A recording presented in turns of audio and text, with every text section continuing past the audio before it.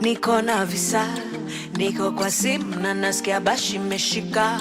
Je, kuna madem, kuna maniga, maodine wamekuja kuchachisha.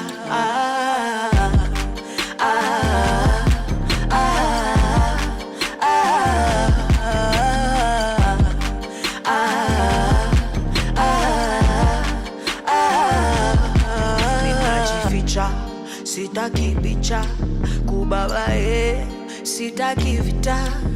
Nashikisha na mavela mabichwa, na tukishikwa jo mabel Mona Lisa. Tutoke BND, twende BNB, niko DND, usijam. I will be RB, I will be RB.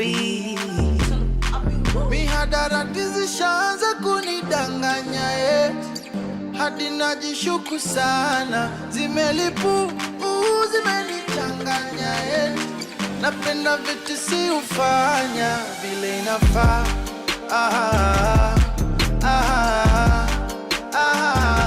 Erobog na matin.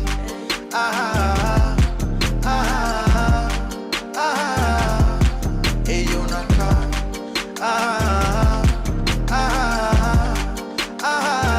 Erobog na matin.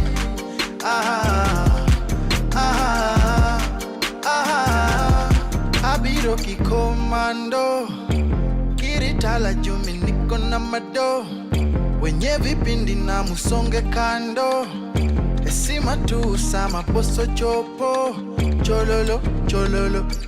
Nobody can party like we do. Wamoke girumba kokwarawe blues, kinena kalinki kipani ya sim. Meditation yaka bedni soya design bololo, anebo che bololo. So please no, okadwa jo machendo bololo, anebo che bololo. So please no, okadwa jo machendo Mihadarati zishaanza kunidanganya hadi najishuku sana, zimelipu zimenichanganya napenda vitu si ufanya. Mihadarati zishaanza kunidanganya hadi najishuku sana, zimelimbu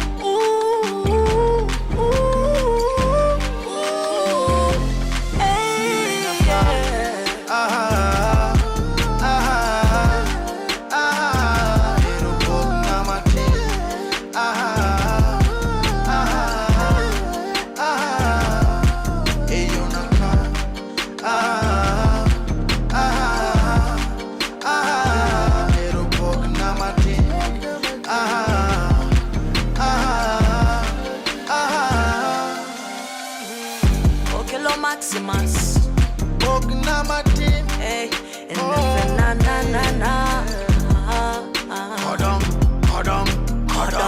yeah. Hodong. BNB, Nico DND. Mutoto ya Pamela. I'll be right back. Tell him I'll be woo. From sunrise to sunset, all day and night. Pawa Radio.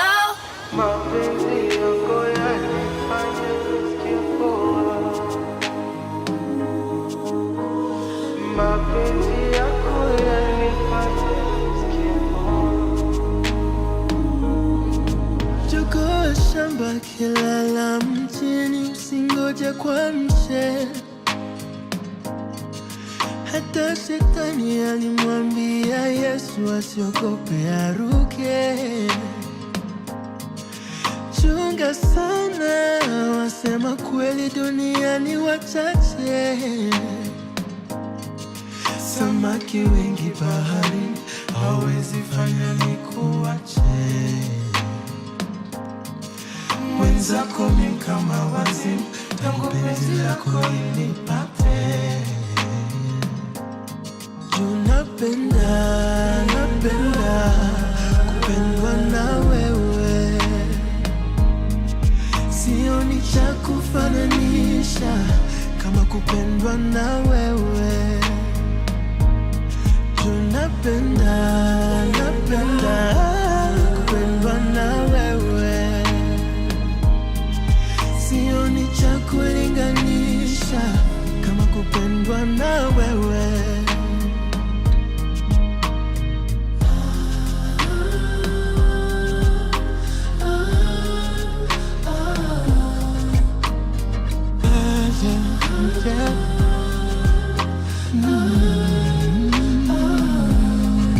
Kufa kupona utazidi kuwa wangu nambari moja.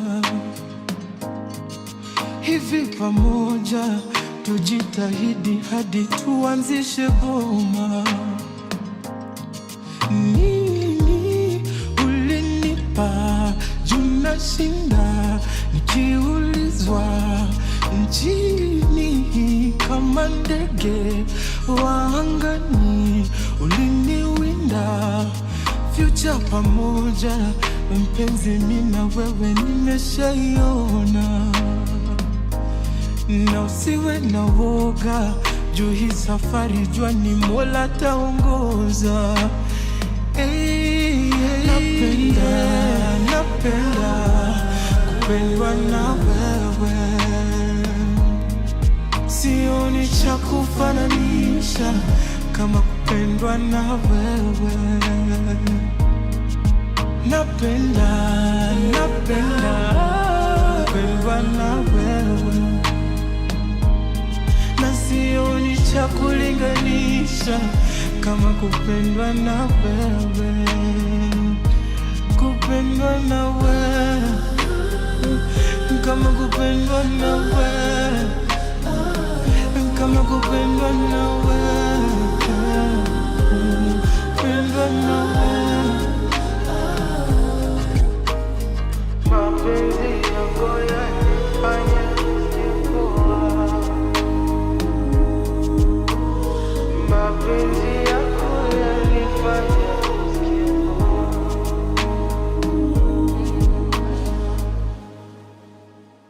From sunrise to sunset, all day and night. Pawa Radio.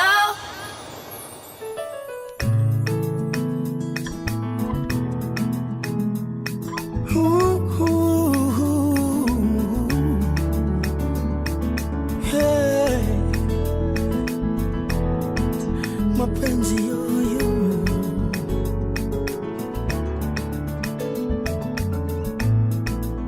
kama ni mapenzi ya kuniudhi kila saa, ya kunifanya mikulia,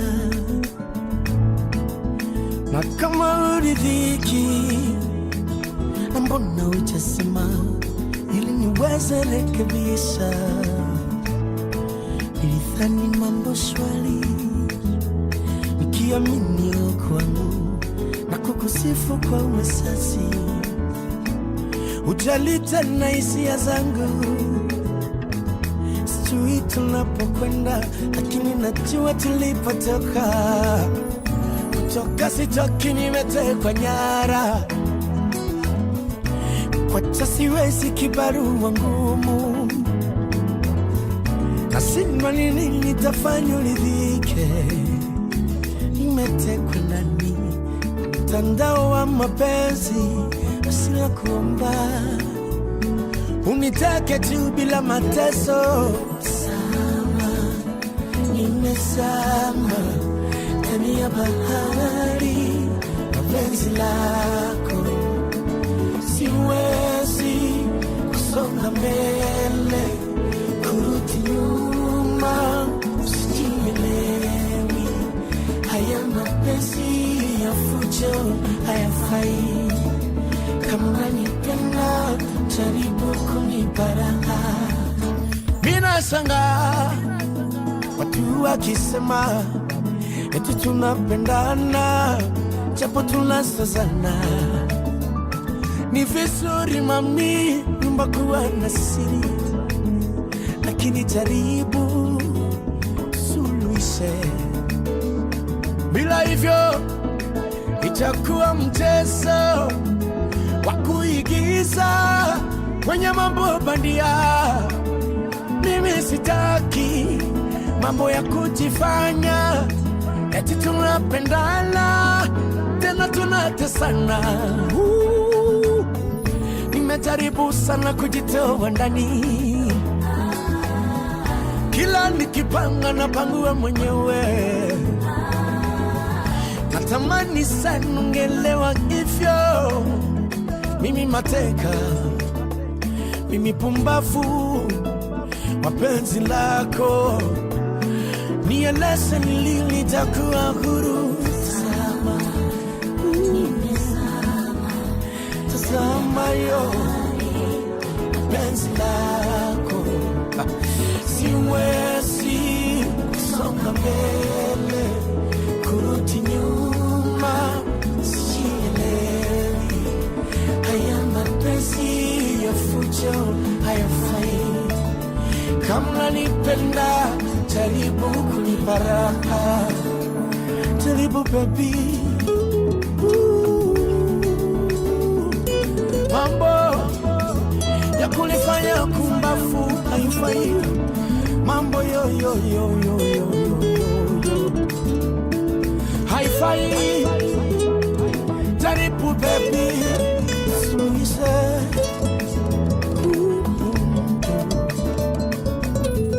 Nimejaribu sana kujitoa ndani, kila nikipanga na pangua mwenyewe. Natamani sana ungelewa hivyo, mimi mateka, maabusu mapenzi lako. Nieleze ni lini nitakuwa huru.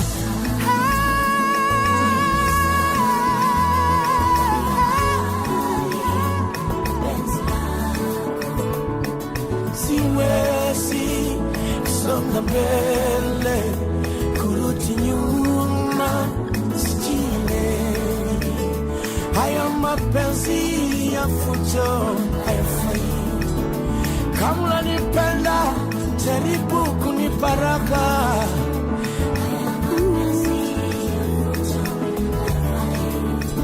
Mapenzi ya fujo haifai. Kama unanipenda jaribu kunipa raha baby, jaribu yo. Kama unanipenda jaribu kunipa raha, jaribu baby. Mambo ya kunifanya kunafu haifai.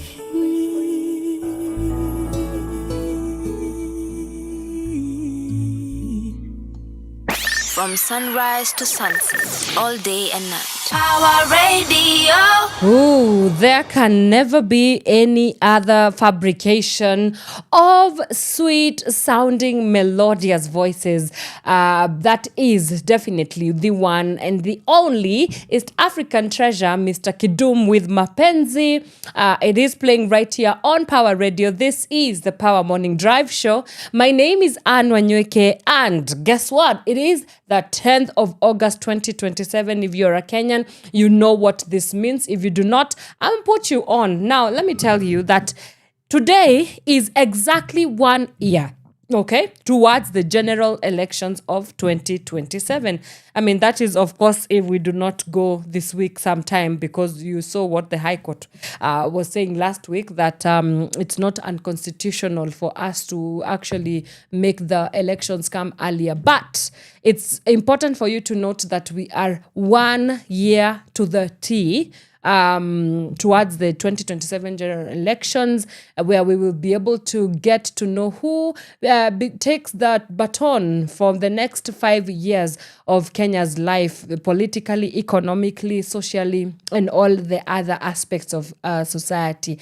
And of course, this is something that we shall be talking about a little bit much later on to the program. But it's good to have you. It's good to see you. I'm really stoked that you could join us.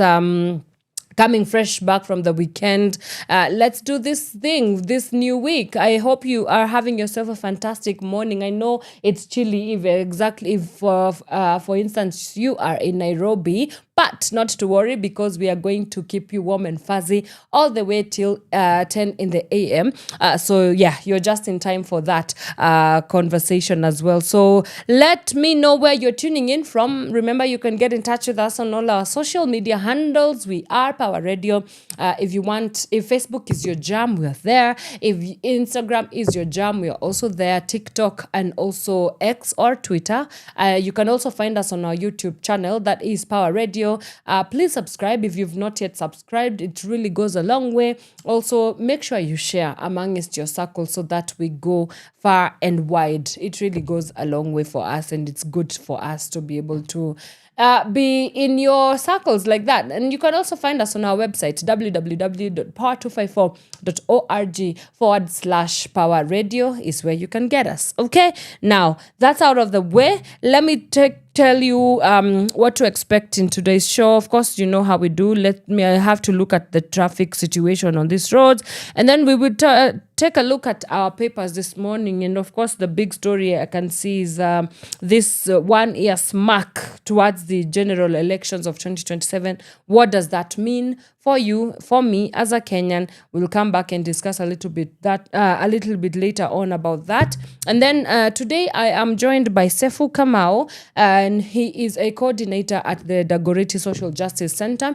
and they've been working on a research to look at ways in which we can leverage data-driven responses towards gender-based violence, especially in the informal settlement. So we'll have that conversation a little bit much later on to the program. But for now, let me look at the traffic situation, looking at Thika Superhighway from the KCA University. Things are a little bit chaotic there as you make your way towards the Globe roundabout. Kiambu Road looking A-okay. You guys are good, nothing to complain about. We also have Village Market just along Limuru Road. There's a little bit of a snarl up from Village Market as you make your way towards the United Nations area, but nothing much to complain about on that end. Peponi Road, all clear. Lower Kabete Road, all clear. Wanyoike Way, all clear. James Gishuru Road, all clear.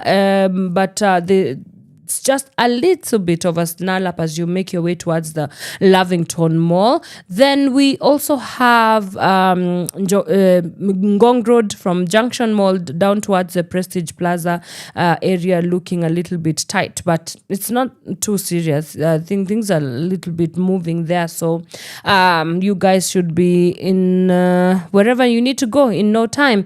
Langata Road as well, all clear. I think, the schools are closed, so just have fun before the schools reopen. But for now, it's comfortably say that the roads are looking all good. We are also looking at Mombasa Road from Capital Center as you make your way towards Bellevue.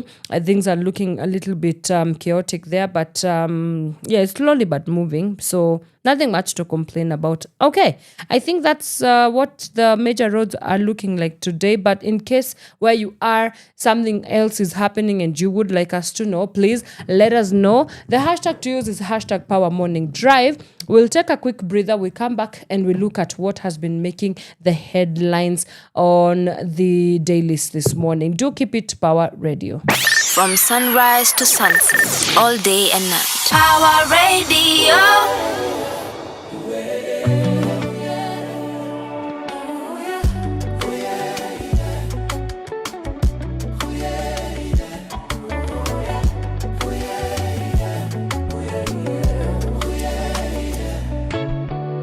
Pull me closer when the cold comes through. The world can wait, I've got plans with you. Even silence sounds like something true. And the morning starts in your precious view. I see you smile in the little things. So many youngers how high sitaki kujinx. When the sun sinks in and it paints your face, that's my favorite kind of grace. Hakuna mwingine nataka. You don't even know how you spill the day. Ninakuwaza wewe pekee.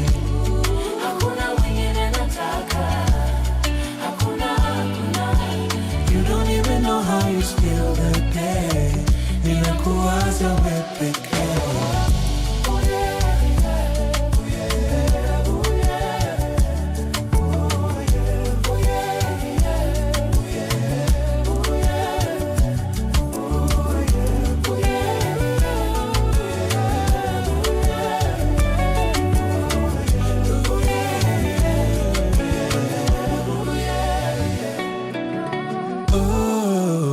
It's a crisis. You've got my attention and all of my senses. Nanizamisha, can I get a life vest? Now you know all my vices. Eye contact, game over. Mbona time uende mbio when you come over. Cheza kwa maringo tukuone.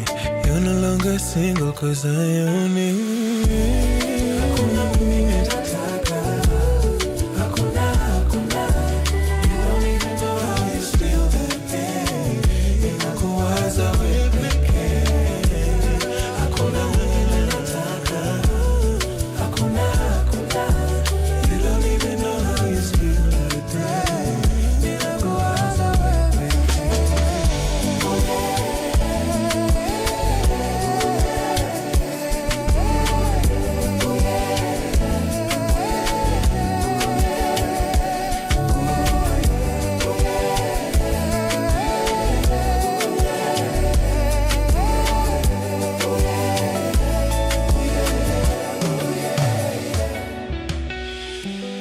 Hakuna mwingine nataka. Hakuna. You don't even know how you steal the day. Ninakuwaza wewe pekee. Ninakuwaza wewe pekee. Ninakuwaza wewe pekee. From sunrise to sunset, all day and night. Power Radio. Just like the sun, rise in the morning. When you come around, I be glowing. So usiende mbali ka hapa nami. Don't let me down, don't stop me. Every time you phone, I be calling. Cause you know I can control it, I'm falling harder. I see you if you love fanya. Umeniweza kifala, so hold my hand. Baby, don't be scared, just hold my hand.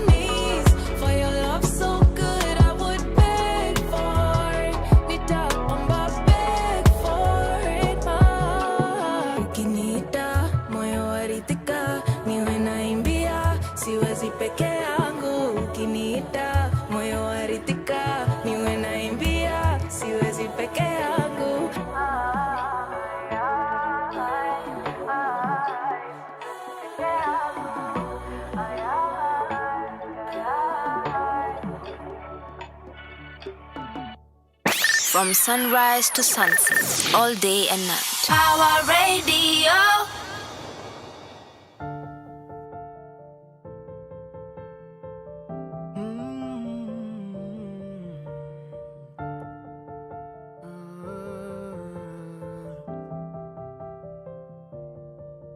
Huu wimbo ni wako Baba, natarajia uko salama. Nakumbuka ulivyokazana na sura yako Baba, nitakumbuka.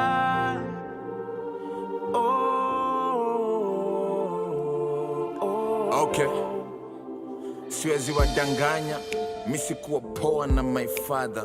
Nilijiona kwa macho zangu akidisagree na mother. Kifaranga itakuwa jogo, wonekana yai kitagwa. I was a kid in 93, naikumbuka kama jana. And that's why I rarely talk about him. Na nilipromise mom next day nitaenda kumuona hosi. Deep within I was bitter, jua kadhaa zikapita. Machozi kwa giza but na smile in disguise. Ati ni mwache apone kwanza ndio pate nguvu ya kuapologize. Zadi alitumana, I always blame myself for that. Fursa tu nikakataa kusema goodbye to dad.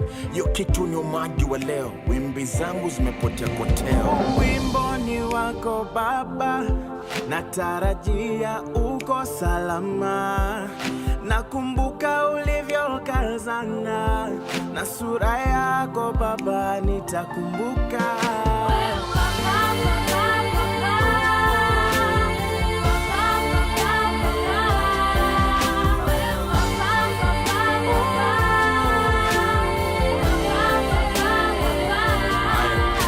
Hata nikisema sali mara ngapi utamu itafika kwa mdomo. Ndio kitu niligundua vile tu nyi mulikuwa wadogo. Sai mimi ni father of two. Before mzaliwe mulikuwa kwa news. Naomba baadaye mtanielewa, kwa sai mimi nitawalea. Unatoa meno lini? I wish mngekuja na manual. Plus na respect mama zenu vile situation walihandle. Tumedisagree, tumego for days hatujaongea. Hata maji sakafuni after day inapotea. And I wish singing too, but nikiwatazama it's so good. Na mimi sio perfect, hakuna moment na regret. Busy kwa stage na on set, ndio mwena chakula kwa plate. Na wapenda, niko njiani, kwangu everyday ni Father's Day. Wimbo ni wako Baba, natarajia uko salama. Nakumbuka ulivyokazana na sura yako Baba, nitakumbuka.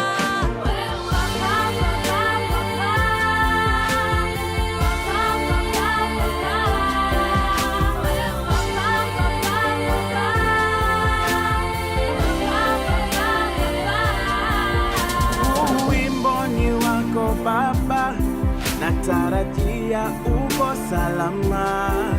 Nakumbuka ulivyokazana na sura yako Baba, nitakumbuka.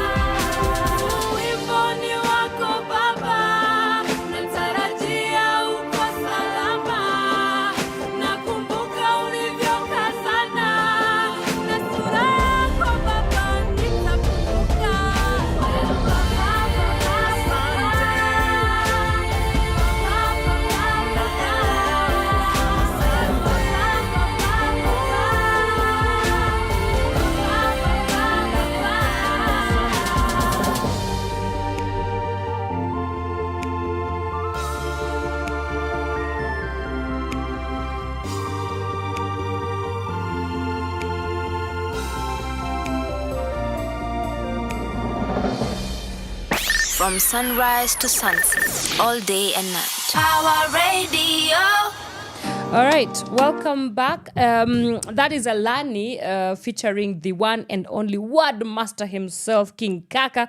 It's playing right here on Power Radio. Karibu sana. It's good to have you. It's good to see you. Welcome to the Power Morning Drive Show. My name is Wanyoike. We do this all the way till 10 in the AM. Again, I have to let you know how you can get in touch with us to keep the conversation going. Get us on Facebook, Instagram, TikTok, Twitter. You can find us on our socials. That is Power Radio across all platforms that I've mentioned. You can also find us on our YouTube channel. That is Power Radio. If you've not yet subscribed, please make sure you subscribe and share all the links, share, comment, do all the things. It definitely helps our algorithm to push it further. And you can also find us on our website, www.power254.org/Power Radio. All right, good to have you join us here. Oh my goodness, I'm sorry about that. Beg your pardon.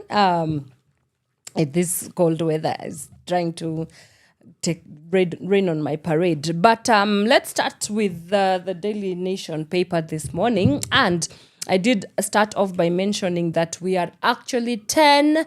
So today is the 10th of August, and the 10th of August next year, a time like this, the entire country will be on a standstill. Why? Because Decision 2027, we shall be out there casting our votes, making sure we make our voices heard towards who will be the next president and many other leaders the next 5 years of Kenya's future. And so today marks the actually 1 year mark to the date of next year. And so the Daily Nation has given us a nice comprehensive key electoral timelines. And it's important for us to be able to go through some of these things. They've also done a great job in terms of breaking down the electoral expenditure of some counties. Why is it important for you to know? We will get into that in a little moment. But so key dates to note is that on the August 10th, publication of limits for expenditure, contributions and donations will have already happened, because again, that's when we go out to the elections. This is now August of today now, August 10th, 2026. And then in December, on date 10, the issuance of compliance certificate to compliant political parties. Of course, anybody that is running, they should have done that by December date 10 of this year. Then February next year, deadline for public officers intending to vie to resign from office.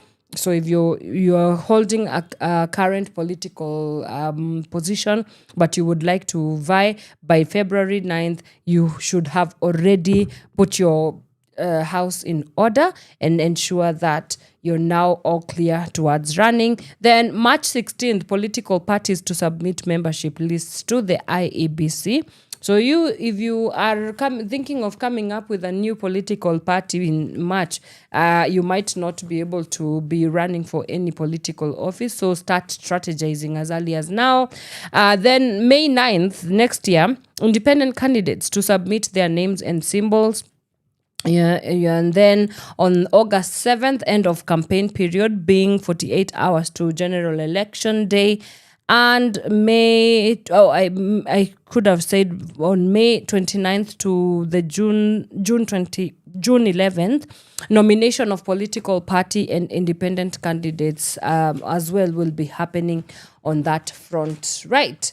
So now, the Daily Nation also has given us a very nice summary on some of the expenditure according to the most expensive and least expensive counties in terms of the electoral expenditure. And believe it or not, Turkana is one of the most expensive counties in terms of electoral practice and activity, coming in at the top with 123.08 million Kenya shillings being part of what they spend there. Nairobi with 117.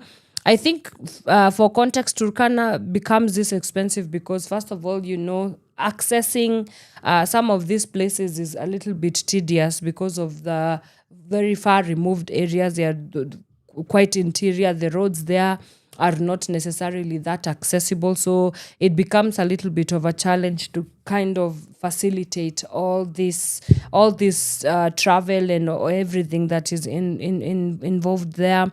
Then we have Wajir, Garissa, Kitui, and Kiambu just being some of the most expensive counties some of the most expensive counties in terms of expenditure for the elections. Then we have the least expensive counties being Lamu with 21.91 million Kenya shillings, followed by Tharaka Nithi, Elgeyo Marakwet, Vihiga, and Nyamira, just to mention but a few. But something to note is that the overall spending ceilings for the presidency, 4.4 billion Kenya shillings. I know it's a staggering figure there, and I would like to hear from you. Do you think this translates something in your mind? What, like when we are looking at 4.4 billion Kenya shillings, should we be spending all this money on the electoral process? Does it make sense? Are these heightened numbers or like over what is that called? When you overstate, yes, are these overstated numbers? Let me know what you think. Because clearly this is your money, your taxpayers' money is what funds all these electoral activities. Then for the gubernatorial seats, we'll have senator and women representatives. The money that, the spending ceilings that we have there is 12.3 million to around 123 million Kenya shillings. Again, we should be asking ourselves a lot of questions. Then for the member of National Assembly, 17.5 million Kenya shillings to 123 million Kenya shillings. For the MCAs, they used to 2.5 million to around 20 million. And political parties, this is big, 17.7 billion. So they use a lot. In the overall spending ceilings, the political parties are the ones that use the highest, not even the presidency. All right. So yeah, that's what the expenditure there of the elections are looking like. But again, you did see the conversation that was happening last week online, and of course, a lot of Kenyans were just wondering, like, what exactly are we talking about now? The court said that election dates, Kenya's next general election should be held in August 2026, not the scheduled August 10th, 2027, which is according to the High Court. And this is Justice Mugure Dhande, who was suspending the decision to avoid chaos and disruption. And of course, a lot of conversation were going on online saying that no, it's not that is actually very unconstitutional. You can't just wake up and decide that the elections can happen in three days. Something as national and as serious as an election, you just don't wake up and decide that people are going towards the elections for that. So it being 1 year towards the general elections, I wonder what you think about it. What are your feels towards this entire thing? It's been crazy. We've seen so much has happened in between the last 1 year or maybe 1 to 2 years. It feels like we have always existed within a general election cycle in Kenya. So us having just 1 year towards that general election feels as if we are getting into now some more crazier high octane politics, So I don't know. Are you prepared? Are you prepared even mentally to deal with the craziness that is going to happen? Because, I keep saying that in a political year, you do tend to see a lot of political realignments here and there.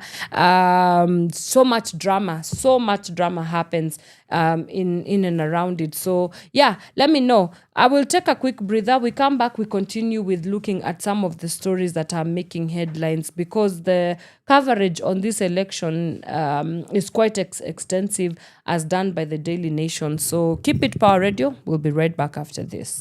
From sunrise to sunset, all day and night. Power Radio.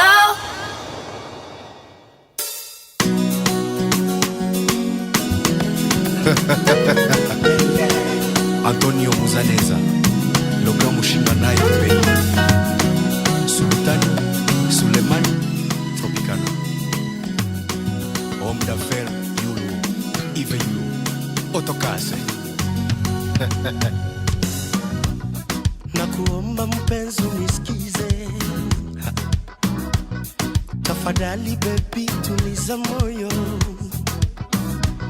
kwa kweli niko wako, hiyo siwe na shaka, wewe kaa ukitabasamu mara tu ukiniona, penzi letu halina kasoro, mimi nawe twapendana kiroho, nakusihi tuliza moyo, Sherekea, furahia, penzi letu, baby, cheza, imba, penzi wangu, kichuna changu. Sherekea, furahia, penzi letu, baby, cheza, imba, penzi wangu, kichuna changu, kichuna changu. Jeje Omoni, Mama Nana, Restaurant Karisimi. Nisikize baby kwa makini, kwa kweli mimi nimekutamani, kilichoko mpenzi, wewe nipe nafasi, nikupe penzi hujawahi pewa, nikuguse mahali hujawahi guswa, kwa maana penzi langu halina doa. Kwa hivyo sasa tufunge ndoa, tuishi pamoja milele. sherekea, furahia, penzi letu, Cheza na mimi, cheza, kichuna kichuna changu. Sherekea, furahia, penzi letu, baby, cheza baby, cheza baby, kichuna changu. sherekea, furahia, penzi letu, baby, Cheza baby, imba, penzi wangu, kichuna changu. kichuna Sherekea, furahia, penzi letu, baby, cheza, cheza na mimi, cheza na oh, mpenzi wangu, sikiza wito wangu, siwezi kuishi bila wewe. Oh, kichuna changu, songa karibu nami kushike, kubusu, kushike, shike, shike, shike, shike. Charles Ogada, Omoni Jeje, Genius, Genius.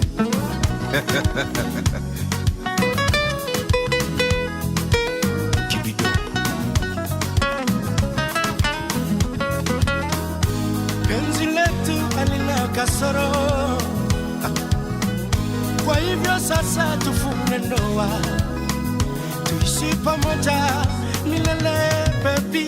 sherekea, furahia, penzi letu, baby, cheza, imba, penzi wangu, kichuna changu. Kichuna po, Sherekea, furahia, penzi letu, baby, cheza, imba, cheza na tete, sherekea, Omondi, furahia, penzi letu, baby, cheza baby, imba, kichuna penzi changu, wangu, kichuna changu. kichuna yeah, Sherekea, furahia, cheza, penzi letu, baby, cheza baby, imba, cheza na mimi, sherekea, kidumu kibido, penzi letu, kidumu kibido, cheza, na tete Omondi, kichuna Antonio Musalesa. From sunrise to sunset, all day and night. Power Radio.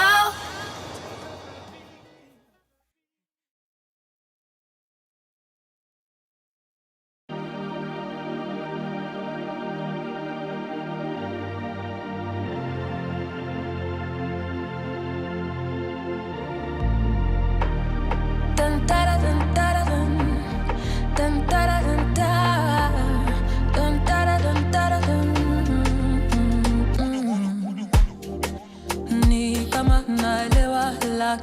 sielewi. Dunia nzima uliona mimi ndio mshenzi, na hii tabia sijaiona na watu wengi, na haya huna ukisema ni mapenzi. Na vile umejaa msa tufanye, na mimi nimejaa msa tufanye, na vile umejaa msa tufanye, na mimi nimejaa msa tufanye.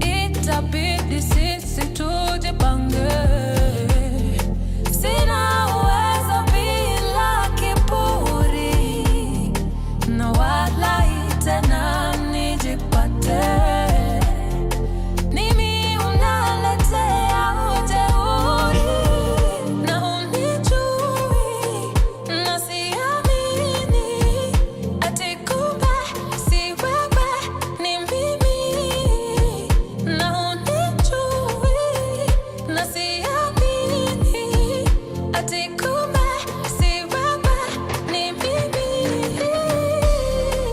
Na vile umejaa msa tufanye,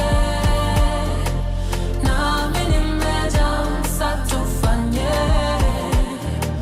na vile umejaa msa tufanye,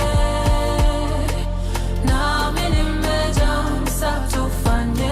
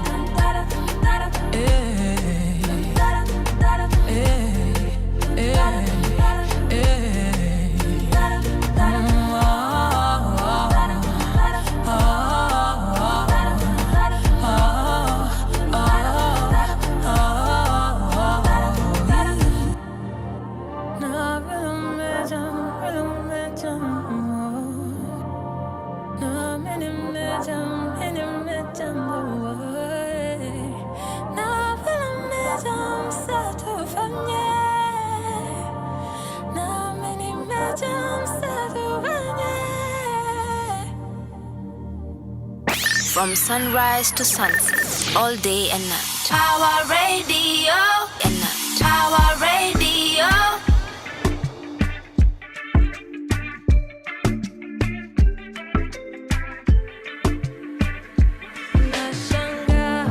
It's been a long time, ni kama you're moving on fine. Nataka well, kuje home sometime, we sip some wine, and if it's fine after, I'll make you sing a love song. I promise you will sing it with me all night long. I know you know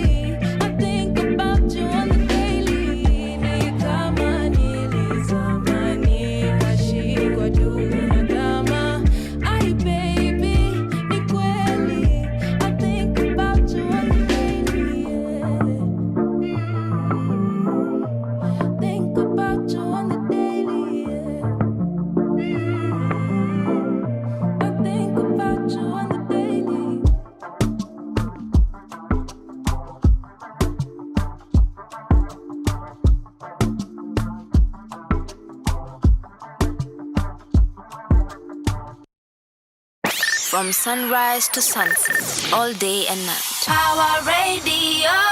All right, welcome back. That is the one and only Njerai. The song is OTD. It's playing right here on Power Radio.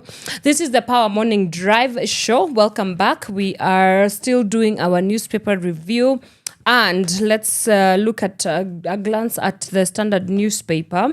And a story that they're leading with is, where are they?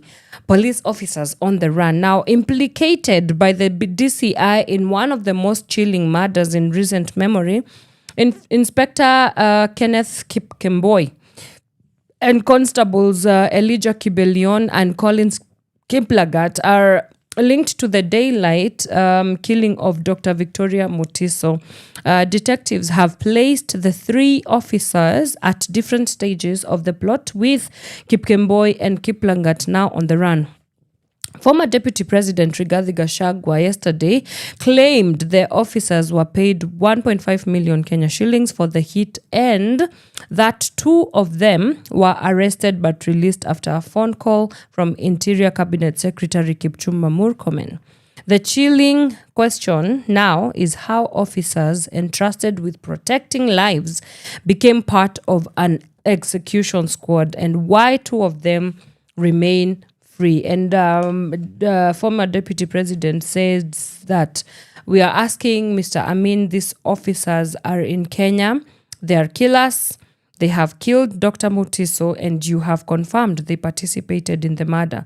Why then are you releasing them after Murkomen called you? That's a question there by the former deputy president there. And it's a chilling, it continues to be a very chilling incident here, where we have the security apparatus in the country that has been given the mandate to protect the people, finding themselves being in the run-ins with something as precarious as deaths, and enforced disappearances. And then there's also that other incident where we always talk about investigations that we are doing investigations. There's always something happening in the country where we can't quite never find, or we never quite get to see the end of where these cases lead. So it would be a very interesting it will be a very interesting case to look out for, in just to see like what comes out of this. But yeah, you do know that Dr. Mutiso was allegedly murdered, and so that's the story that the Standard newspaper is leading with on that end. Okay, then we look at some of the stories that are making headlines towards the page 6 of the Standard newspaper. The race to stop Ruto. Ambitions meet hard maths of numbers game. With just a year to the 2027 polls, Kenya's crowded presidential race is taking shape as Ruto seeks a second term, while opposition leaders jostle for influence, negotiate alliances, and weigh personal ambitions against the need to unite behind one candidate. This is according to the Standard newspaper. And it says that with exactly a year before Kenyans head to the polls, the race to succeed or retain President William Ruto is gradually coming into focus. While the political field remains crowded, coalition talks, party endorsements, and shifting alliances are beginning to separate serious contenders from aspirants. More than a dozen politicians have either declared presidential ambitions or are being fronted by supporters. And of course, yesterday you saw that the Nairobi Senator Edwin Sifuna was at a Linda Mwananchi rally in Mumias town yesterday. So at the center of the opposition's political reorganization is obviously the former Deputy President Rigathi Gachagua. And also we have now the Nairobi Senator Edwin Sifuna's bid, which has also gained momentum as he increasingly positions himself as the face of a younger generation seeking to redefine opposition politics. Long regarded as ODM's combative secretary general and one of the party's fiercest defenders, Seffu has in recent months stepped beyond his traditional party role to cultivate a broader national profile following his ouster from the party, which was a very dramatic ouster at that. His criticism of the Kenya Kwanza administration, the paper continues to say that it has been coupled with outspoken positions on governance, corruption, and the economy has elevated him from party spokesman to a politician increasingly viewed as a potential national leader. Many would argue that yes, there are many who feel that it's not yet time for him to take on the presidency, while others argue that, you know what, with a little bit of some grooming here and there, he could actually assume office, but it's pretty clear. I do not need to be a political analyst to know that in 2027 it feels a little bit too soon for Edwin Sifuna to become president. Now, some of the things that you need to note about this, the Sifuna rise to popularity and also influence is that even though Sifuna's immediate political future remains closely tied to the wider opposition realignment, which of course is Linda Mwananchi, should the coalition negotiations produce a single presidential candidate, he is expected to play a significant role as a coalition principal, chief campaigner, or potential running mate. Now, if consensus which, you know, within the Linda Mwananchi could provide him with an independent platform from which to pursue higher office. And political analyst Dismas Mukua, however, believes that coalition politics may ultimately compel some aspirants to reassess their ambitions. And he says many aspirational presidential candidates like Mr. David Maraga and Edwin Sifuna will need to do a scenario and sensitivity analysis if they want to remain relevant in the political space. Yeah, so, you know, that's kind of what's happening within the political divide. Many new alignments, many new realignments, a lot of fan favorites. Of course, Edwin Sifuna being one of them, right there at the top. I do not know what you think about this entire influence that he's been able to gain, and it has been a pretty I guess eventful, to say the least, political course for Edwin Sifuna. I think over the past, I would say 1 year or so, especially with the passing on of Raila Odinga. You know, we had him being de-whipped from the Secretary General roles at the ODM party. Then he was de-whipped, at the Senate. So there's so many things that Sifuna has had to deal with, and now deciding that, you know what, I'm going to take my chance at a political realignment, join the Linda Mwananchi party, and hopefully become a national bidder for the presidential seat. It should be very, very interesting to see what becomes of Sifuna, especially with the next 1 year or so that we are headed towards the general elections. All right, I'm going to take a quick breather. We come back, we look at some more stories making the rounds on our daily newspapers. So do keep it Power Radio. We'll be right back after this. From sunrise to sunset, all day and night. Power Radio.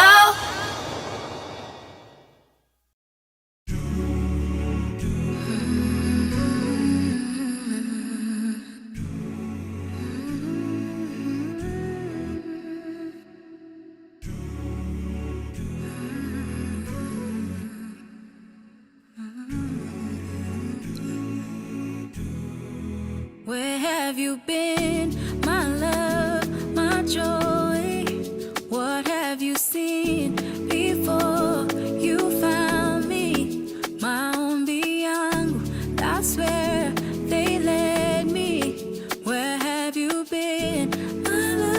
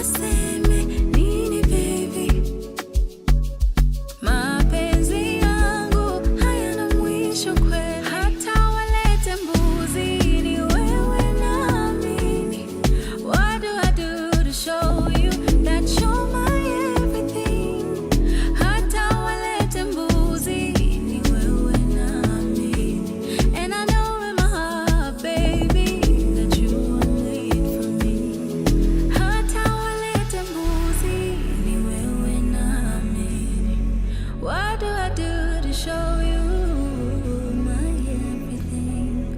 Hata walete mbuzi ni wewe naamini. And I know in my heart, baby, that you are made for me. You are made for me.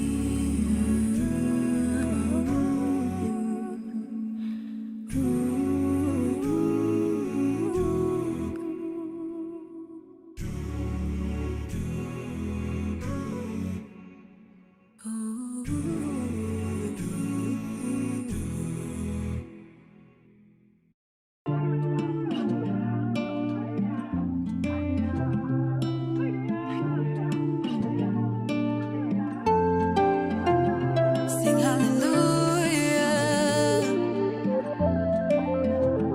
Sing hallelujah. Moyoni umekwamilia, nipe fursa tujenge familia, baby. I've been looking for a love just like this, sent from above, and I can lose you. Finally found my one and only, a more than Russian, no care. I pray to last. Nipende nikupende milele, milele. Tusifike tukiishi na wewe, na wewe. Nipende nikupende milele, milele. I wanna spend all the rest of my days with you. Sing hallelujah. Nishapata wangu wa maisha, kuna moja kwenye Biblia. Pray this one will last. Sing hallelujah. Nishapata wangu wa maisha, kuna moja kwenye Biblia. Pray this one will last. Hallelujah. Nishapata wangu wa maisha, kuna moja kwenye Biblia. Pray this one will last. Sing hallelujah. Nishapata wangu wa maisha, kuna moja kwenye Biblia. Pray this one will last. Perfectly made for me, like the stars in the galaxy.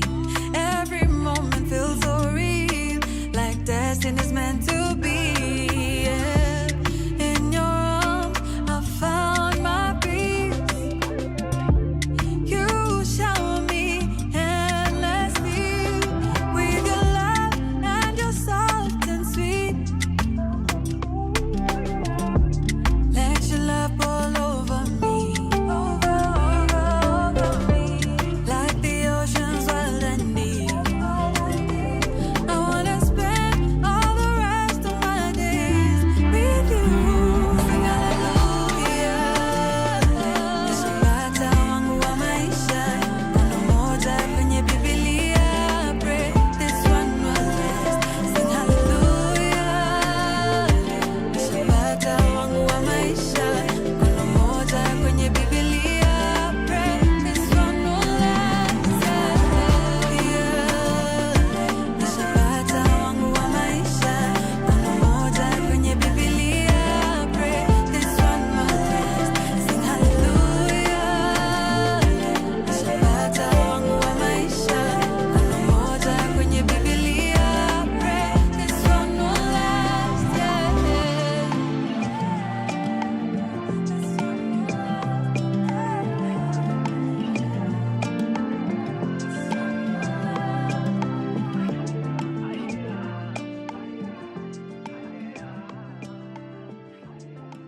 From sunrise to sunset, all day and night. Power Radio.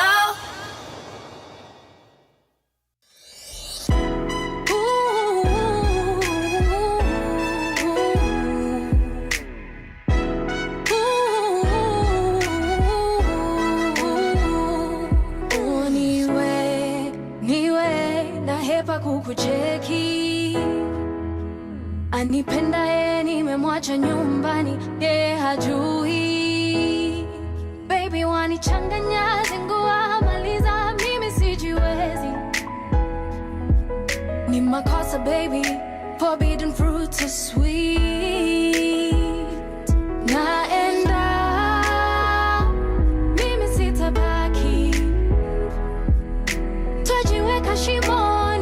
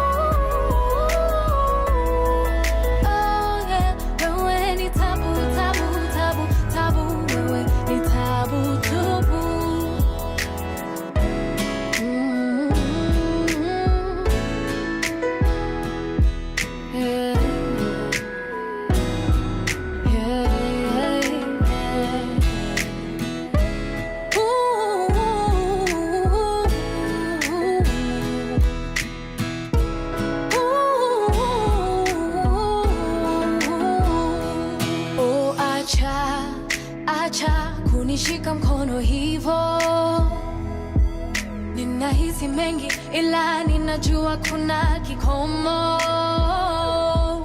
Si upendo ni mchezo, uongo si tumeamini. Najaribu kumpenda niliye naye, go on and let me be. Mimi sitabaki, twajiweka shimoni, this is where we end. Yeah, yeah, yeah. 'Cause you're taboo.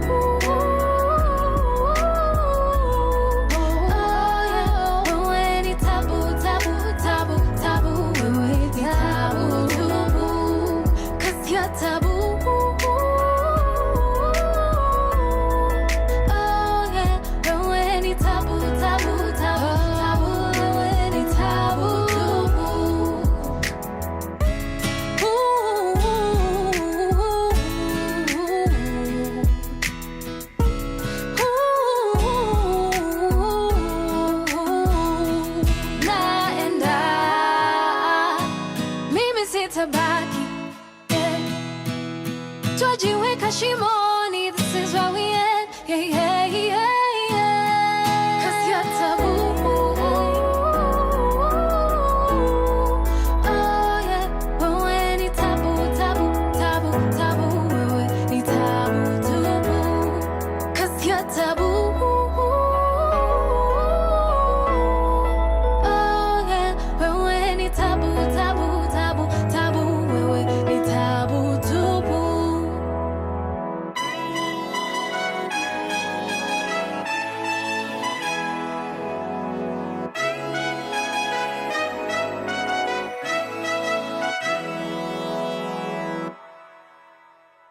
From sunrise to sunset, all day and night. Power Radio.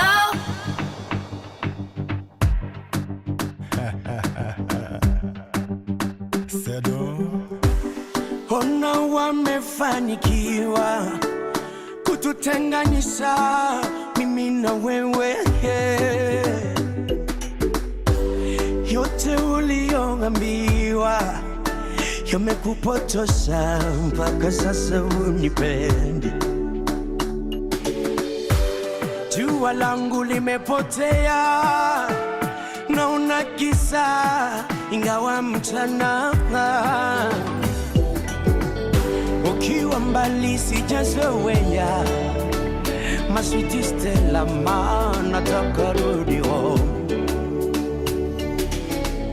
Mapenzi ya kolela nimechorea, nipe chance nirudi kwako.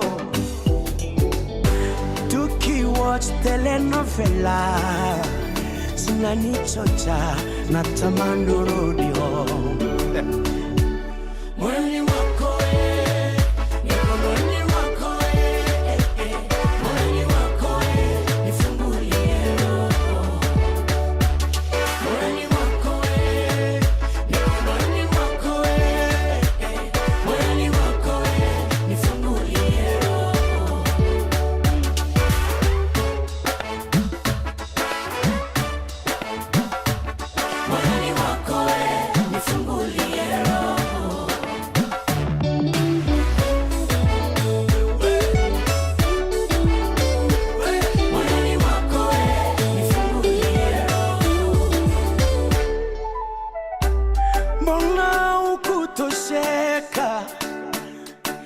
kila ulipewa ulisema ni kidogo.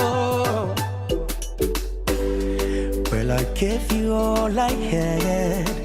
Jamano sielewi mbona you were leaving me alone.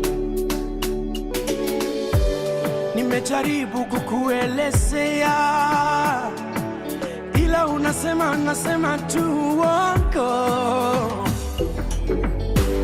Aloniroga naomba tuongee sasa, maswiti Stella, nataka kurudi home. Mapenzi ya kolela nimechorea, nipe chance nirudi kwako. Tukiwatch telenovela zinanichocha, natamani rudi home. Mwili wako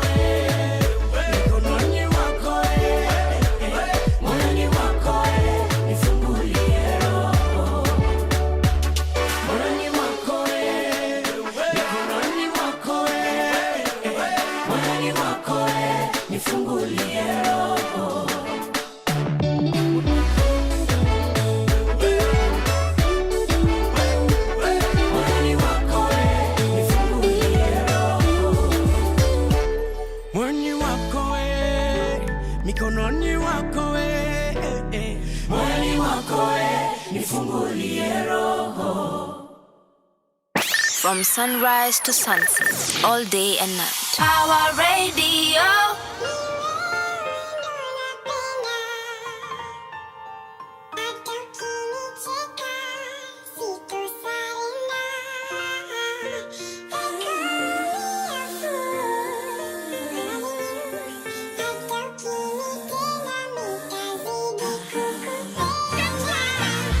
Ni wewe ndo napenda, hata ukinicheka sitosarenda.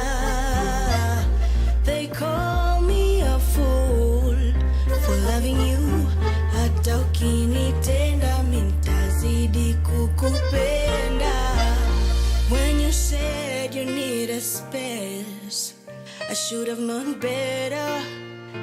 It's me you don't wanna face. Got my head down for you, baby, bado kanicheza ukafata singa. I still kept going, mana ni wewe rohoni. Is it the same for you, baby? They don't know you like I do. Ukiniacha nini nitadu? I'm afraid of losing you, baby. Is it why they're calling me crazy? Wewe ndo napenda, hata ukinicheka sitosarenda. They call me a fool for loving you, hata ukinitenda mintazidi kukupenda. Ni wewe ndo napenda, hata ukinicheka sitosarenda. They call me a fool for loving you, hata ukinitenda mintazidi kukupenda. Jinga wa mapenzi ndiye mie, tihani wa mapenzi nimeufeli mie. Mjinga wa mapenzi ndiye mie, tihani wa mapenzi nimeufeli mie. Wewe ndo napenda, hata ukinicheka sitosarenda.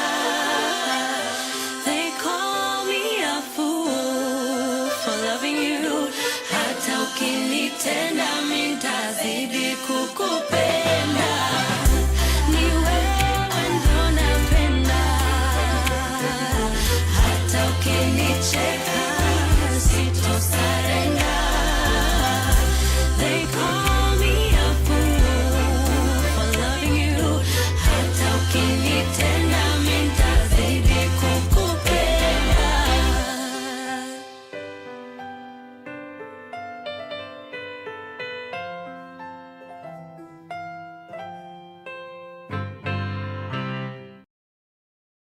From sunrise to sunset, all day and night. Power Radio. Welcome back. Welcome back. That is Niwewe by We Are Nubia. It's playing right here on Power Radio. This is the Power Morning Drive Show. We still are talking about some of the news that have been making headlines in our papers as we wait for our guest, who our sincere apologies. He's on his way. As we wait for him, we can continue with looking at some of the stories making headlines. Still on the Daily Nation on page 11, Kindiki urges unity, tolerance in Mount Kenya. Now, the Deputy President, Kithure Kindiki, has reiterated his call for the unity of Mount Kenya region, saying tolerance among residents and leaders was key in maintaining peace and harmony. Speaking during a fundraiser at Gaishanjiru Catholic Church in Kandara, Murang'a County, Professor Kindiki said he will continue preaching unity and promote peaceful coexistence. His remarks come in the wake of aggressive campaigns by a section of politicians to split the region into two.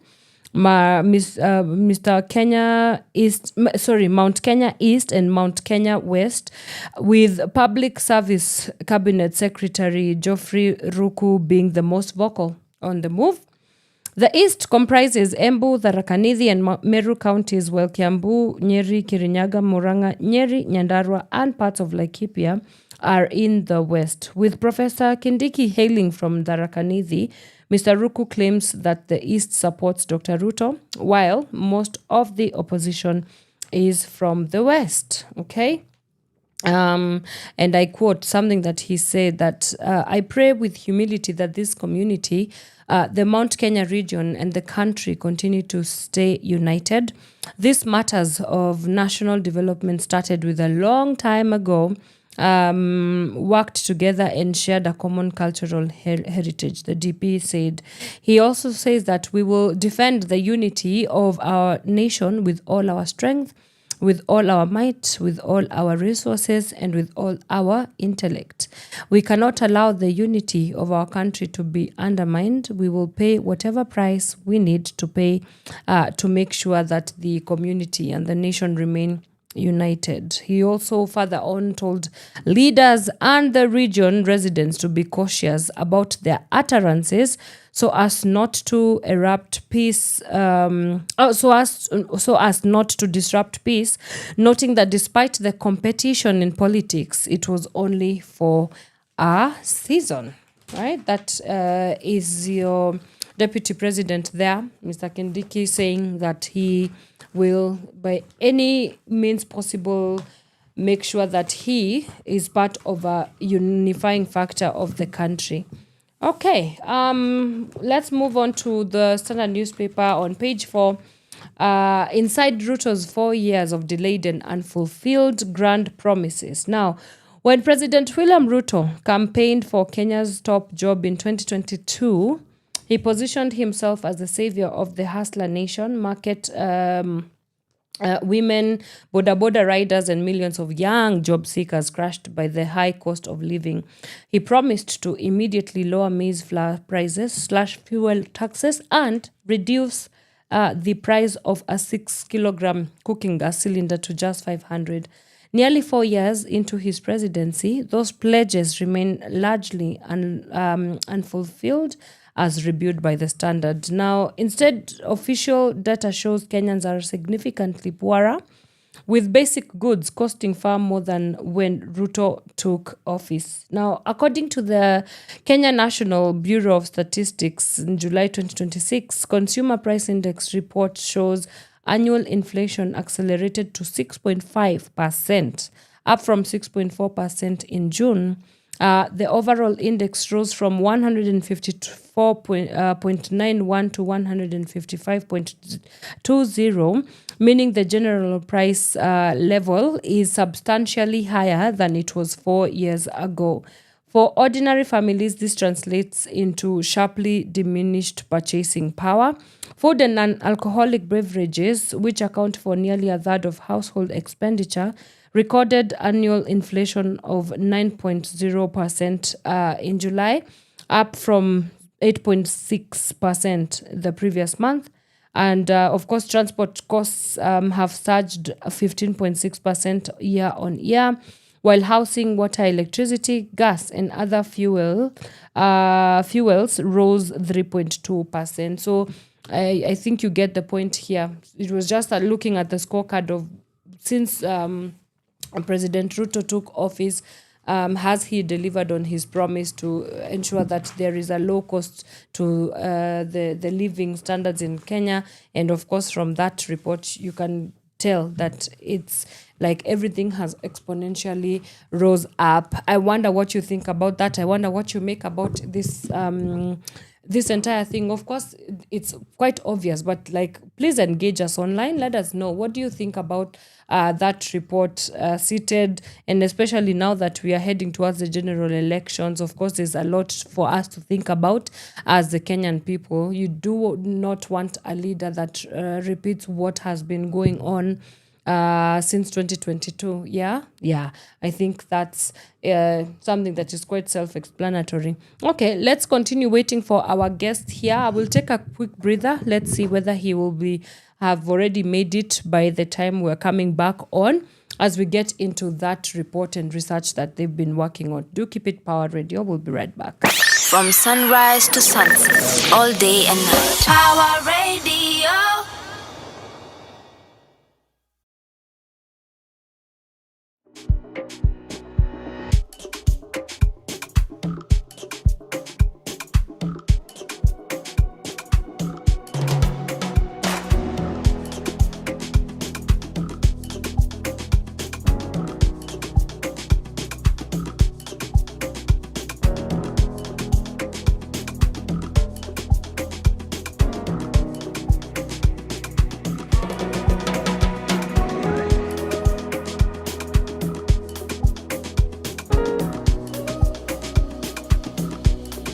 I didn't know I had it in me. Roho ngumu kama kazi, na vile imekukubali, itabidi nikumari. I didn't know you had it in you. How you see right through my flaws, I don't know. Megeuza serikali,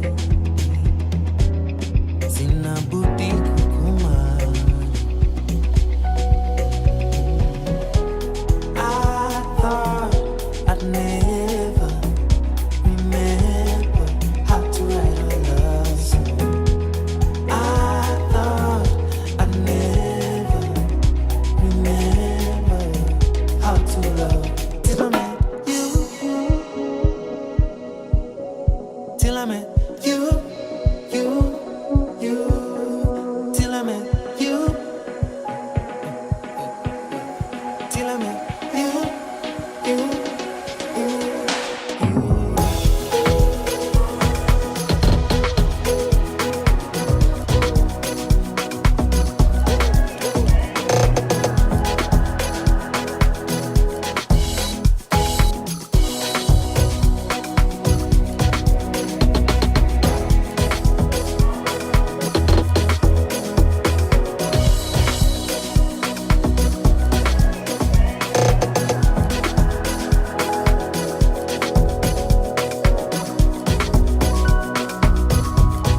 I didn't know I had it in me. Mimi nilishajikubali. Never thought I'd find somebody who can understand. You don't know what you mean to me. When I say you're my everything, mimi nimeona wengi. You're the only I can marry. I thought I'd never remember how to write a love song. I thought I'd never remember how to love. Till I met you, till I met you, till I met you,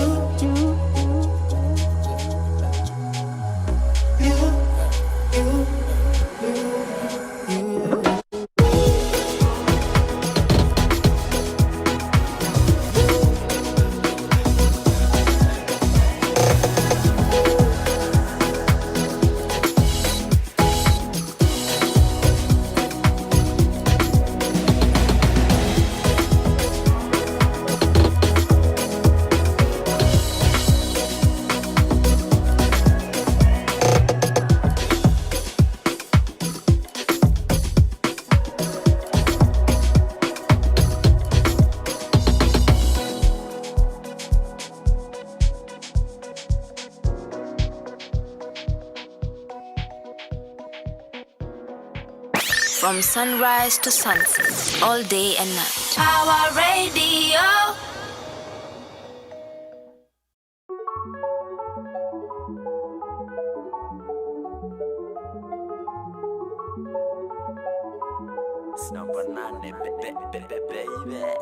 I dream of a sky where the lights never die down. I'm awake in my sleep and I'm falling to the ground. I want the answers to the questions of the reactions, whether it makes sense or the path is fatal attraction. Is it the whiteness of the cloud or the steam in my mirror?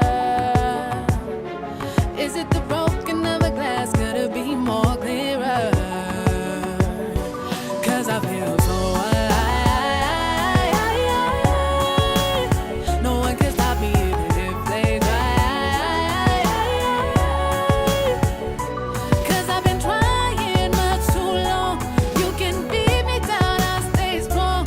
'Cause I feel so alive. Beat me down, I'll stay strong. Through the rain and the hail and the fire, through whatever they bring, till I get my desire. Is it the whisper of an angel or the pounding of my heartbeat? Is it the playing of a record where the drumming in the bass meet? 'Cause I feel so alive. No one can stop me even if they try. 'Cause I've been trying much too long. You can beat me down, I'll stay strong. 'Cause I feel so alive. Beat me down, I'll stay strong. Walinidharau lakini usikii sehemu twangu kuna venye nimekafunga ka Ramadhan weze ni sahau juu nikiingia kwa booth mule boy ukikizwa masnia design ya Jackie Chan sota mnikate mguu amwezi ni defeat finya backspace kwa comp wezi ni delete kuja na pinya still amwezi kuni beat na hizo wealth zote mko nazo amwezi kuni reach wanadai mimi ni mskini I need to gain some weight mimi maskini my pocket needs to gain weight cause raha wanabonda after raha wanahara wanakonda kangonda mini hustling daily kukula smart make sure nimenona kuliko anaconda sikizwa kiniona ni sura wanakuaga wamebonda hizo mipaka tunazivuka bila bada 'Cause I feel so alive. No one can stop me even if they try. 'Cause I've been trying much too long. You can beat me down, I'll stay strong. 'Cause I feel so alive. Beat me down, I'll stay strong. No one can stop me even if they try. 'Cause I've been trying much too long. You can beat me down, I'll stay strong. 'Cause I feel so alive.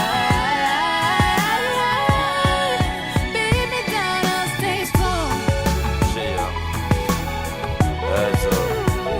Don't let discouragement get in life. Wala sana kuambiaga uwezi toboa. Wala sana kuchekelea. That time that we prove them wrong. Saizi kuambia otherwise. The future's here. With the best leader. I see ego drum. If you're still hating on us, go on cause we need you there. It's not banana, baby. From sunrise to sunset, all day and night. Power Radio. All right, welcome back, ladies and gentlemen. That is Alive by Octopizzo, and it's playing right here on Power Radio. This is the Power Morning Drive Show. My name is Wanyoike, and our guest is finally here with us. Traffic kidogo atatuambia kwenye ametoka, but he's here with us. Mr. Seffu Kamau now joins us on the Power Morning Drive Show. Let's just get right into it. It's good to see you. It's good to have you. Always nice being here. Yeah, karibu sana. Pole kwa traffic. It's okay. Mondays are normally like that. Mondays are normally like that. Or we need private jets. So there's this thing called ubaboda. Okay. Hiyo ndio imeniokoa. Ubaboda, the one that we just fly.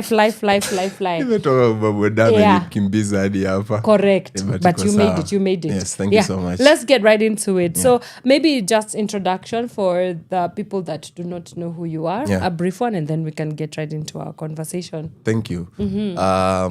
First of all, I'm very happy to be here again on Power Radio. Good to Love have you. being here. Yeah. My name is Seffu Kamau, and I'm a community organizer.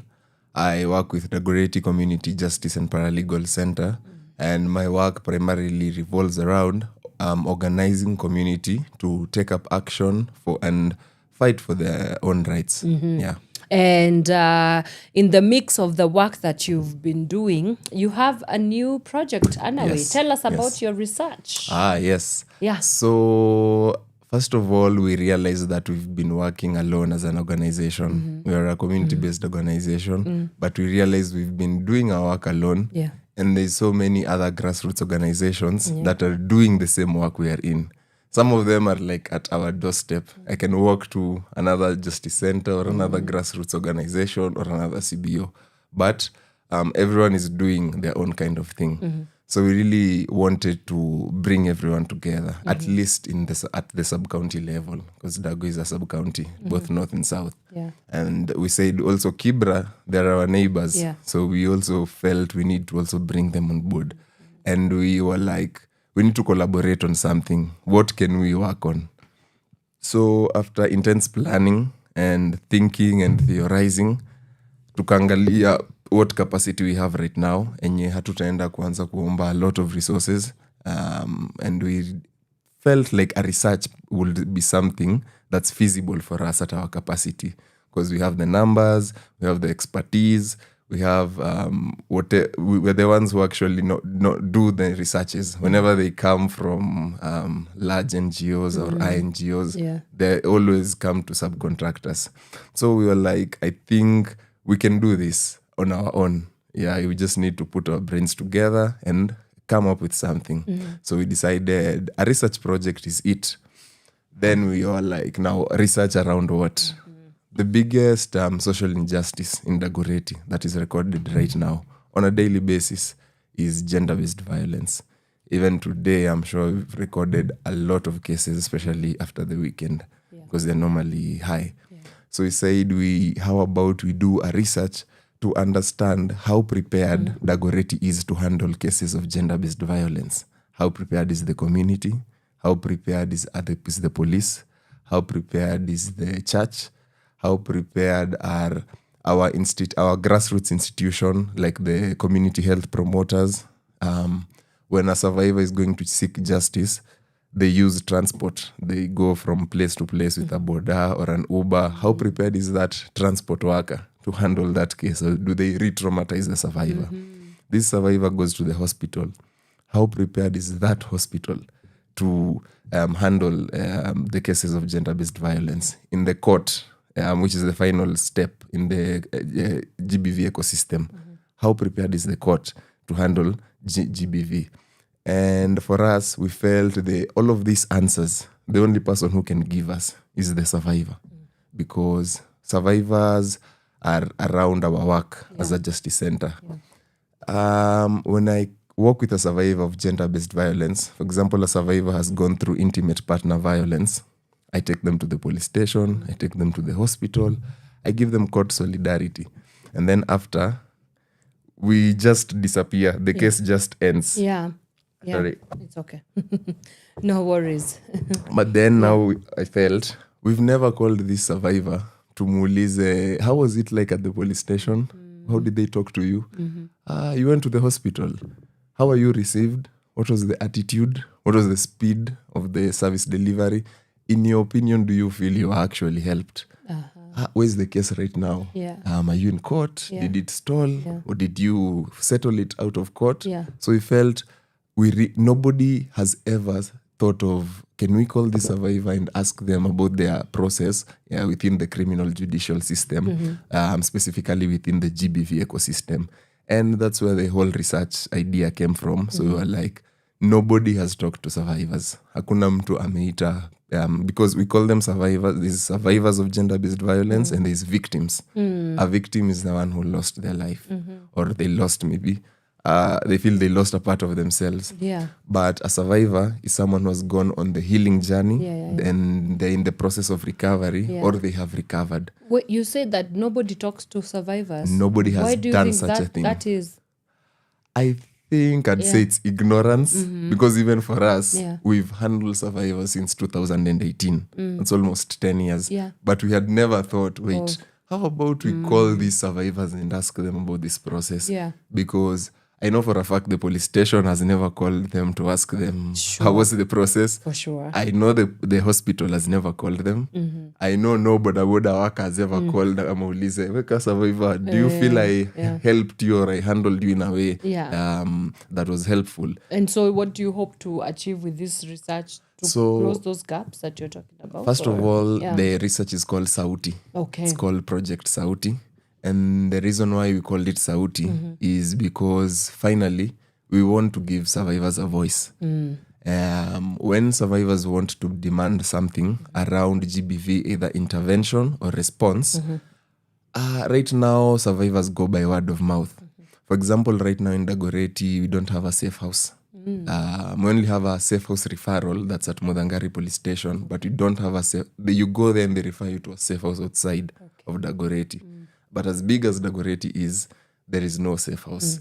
So if a survivor today goes to a certain office, maybe to the MP or to the NGAF or to NGEK, and they start demanding for a safe house, wataulizwa, where is this coming from? Okay. Where you are saying there's no safe house or you want a safe house. Do you have the evidence to say that there's no safe house? Yeah. When a survivor says the police station gender desk needs retraining, right now it's word of mouth. Even myself as a HRD who is I fit within the GBV ecosystem. If I go and say all of the cases in court, only 70% of them actually get 70% don't get solved outside the court process. Only 30% are solved within court. People will ask you, Seffu, where are you? Martha Koome will be there on my case. Where is this data? So we realized as survivors of GBV are struggling, really struggling, because we are always talking about GBV. Year in, year out. It's increasing. We did Femicide March in 2024. We've done another one this year. But GBV and Femicide are still increasing. To this day, GBV still, with all the response, with all the interventions by the government, by the civil society, we know have invested heavily, even more than the government, as far as GBV response and interventions. In as far as all this has been done, there is GBV still rising, still on the increase. So it begs the question, what's wrong? And for us to understand what is wrong, why don't we go and talk to the people who are actually at the center of this GBV, who are the survivors? And for the survivors, most of the survivors know what they need. They know what's there, what's not there, and what is there. But for them to go somewhere to an office and say, we demand a safe house, we demand that boda riders be trained to handle GBV cases, we demand that Uber drivers, because when you're raped, you're always taking an Uber to the hospital, we demand that they at least get some training. So right now, survivors don't have the evidence or the concrete data that then can go and present to a certain office and say, here is our data. We carried out a certain research and we realized that, I can tell you from the preliminary findings of our research, 55% of the cases are not reported to the police station. 55? Yes. What? Yes, these are the preliminary reports. Yes, only 40% report the case to the police station. And some of the reasons of this were? The reason number one was fear. Yeah, top 3 was fear, shame, and there was another one that said they didn't trust the police. There's a couple of reasons, but the number one was fear. Fear, shame, and then not trusting the police. Fear to who? The perpetrators or... So there we are not sure because our research didn't. You see, when you're handling research around survivors, you don't want to re-traumatize the survivor. So you are really avoiding asking deep questions that will make the survivor really relieve. Yes, relieve that moment. So we're trying to be very general. But now after we launch the report and we see that maybe after the numbers climb to 60%, then we can call survivors. We can ask for a meeting with them so that they can come and tell us in the presence of the GBV responders, such as the police and the hospitals and the government. They can now come and tell us, what is this fear? But for us, the goal of this report is to give the survivors voice to say that we are not reporting, number one, and here's the data to show that we are not reporting. And then number two, why are we not reporting? That one we have managed to capture in our research. They will say it is fear that is number one. Then now it will be on our part as the leads of this research to call everyone within the GBV response ecosystem in the survivors, and then now facilitate a dialogue. Then the survivors can tell us concretely, what is this fear? What is this shame? Okay. And you also set out to talk to 220 survivors. Yes. Have you managed to get all those? So first of all, the reason we picked that number is because Dagoretti sub-county has 10 wards. For Dagoretti South, 5 wards, Dagoretti North, 5 wards. So we said for every ward, we want 20 survivors. Yes. So and including Kibra. So that's 220 survivors in total. Out of 220, we've done it for 2 weeks now. This is the week 3. We've just begun week 3 and we are at 160 responses. So we've interviewed 160 survivors so far. So 60 more to go. 60 more to go. Yes. And hopefully they are listening and they can come and be part of this. Yes. So when we talk about the survivor experiences, and this report also seeks to center survivor experiences, while it has not been the case before, I wonder, how differently do you think it's going to help us in terms of understanding the preparedness and the readiness of all the tenets of society in responding to gender-based violence? One thing, Anne, when you walk in a technical meeting around understanding GBV, I'm a self-proclaimed GBV expert. Self-proclaimed? Yes. Oh my goodness. I put the title on I me. just want half of your audacity. I would be so far in this life.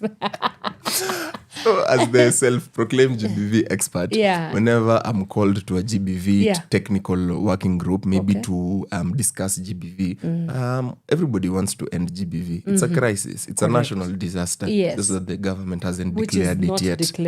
But it is a disaster. Which is a disaster that is not declared not as yet. a disaster. Yes, but it is. For a fact, people know it's a crisis. GBV is a crisis. You said we account to how many reports per day? Per day? Yeah. So for me, I can tell you where I come from. In the plot where I live. Yes. There's around 20 houses. Correct. Every week, there is at least 2 cases of GBV. Every single week. And not one household, and it's not the same household. Correct. So today it's this household, today it's this household, today it's... But within the week, there'll be cases of intimate partner violence.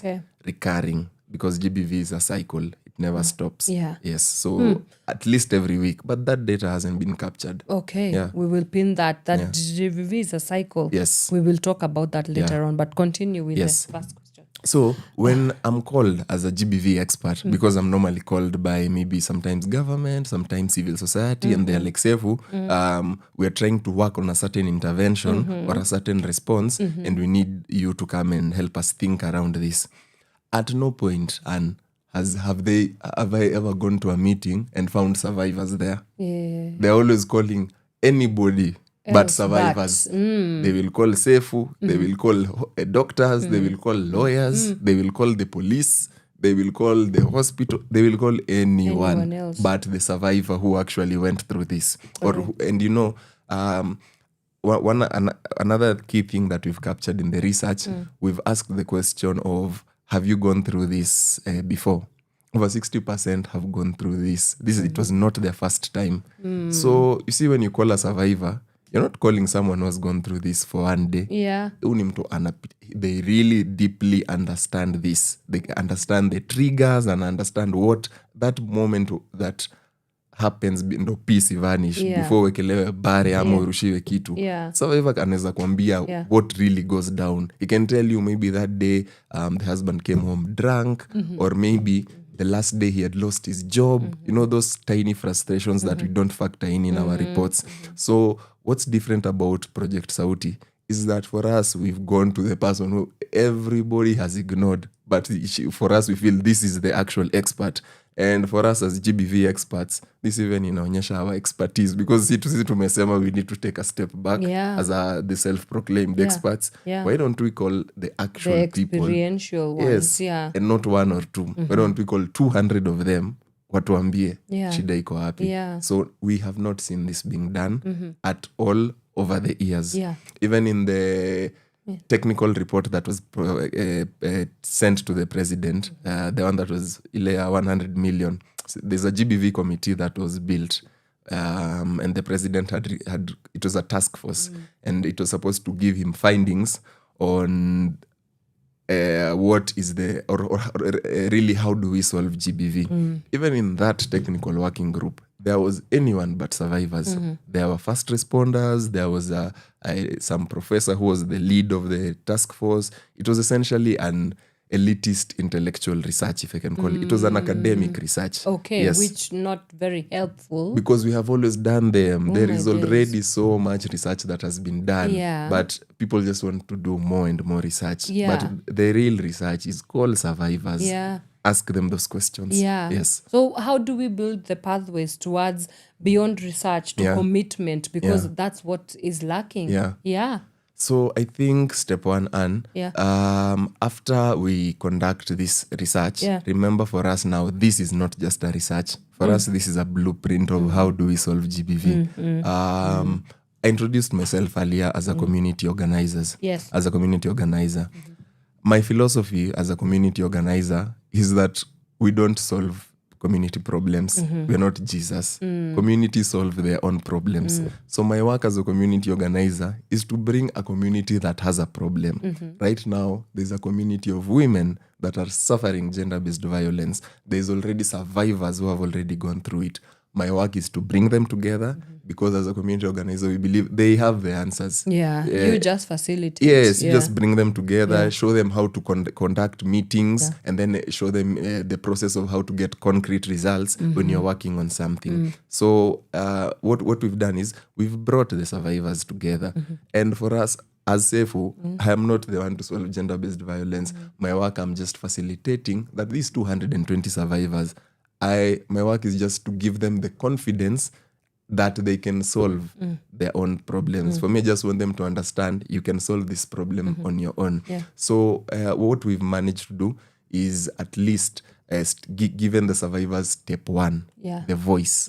They never had the voice. Once the research is concluded, we will enter in the data analysis process. Once the data analysis process is completed, we will launch a report. It will be titled The State of GBV in Dagoretti and Kibra 2026. The State of GBV report. Now, this State of GBV report, we will take it back to the survivors, the 220 of them, that we say, now with the research you guys conducted, the findings. This is the findings. And then we study the findings now. Out of the findings, we will be able to deduce patterns. And we'll see that there's a pattern here that is connected to this. There's this issue that is connected to this issue. There is this issue that if we maybe add a safe house, something around the GBV response will change. So after the report is done, we'll sit down again with the survivors and then now tell them, these are the findings and this is what we have deduced from the findings now as far as the patterns are concerned. And then from the patterns, we are able now to tell them concretely, if we do 1, 2, 3 this year, we can say that we expect at least a 20% reduction in GBV cases. So step one was to give survivors the voice.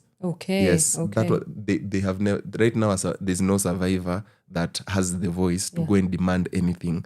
Ata ende ngaf, ata ende ofisi gani, Ministry of Gender, they do not have the data. They'll be asked, these findings of yours, where are you coming with them from? Yeah. But right now, after the report is completed, this report is not owned by the Dagoretti Community Justice and Paralegal Center or any of the organizations that have been part of it. So far, we are 8 organizations. Okay. This report is owned by the survivors because they're the ones who are going through GBV. Yeah. So as community organizers, we will take it back to them. And then we will tell them, we'll even call them now for an official launch. Yeah. And then we take them through the findings of the report. Yeah. We study it together so that they can now have a deeper understanding of, or rather a technical understanding of GBV and how to solve it. Then the survivors can sit down and say, because we have seen this report captures so much, we want to pick something small.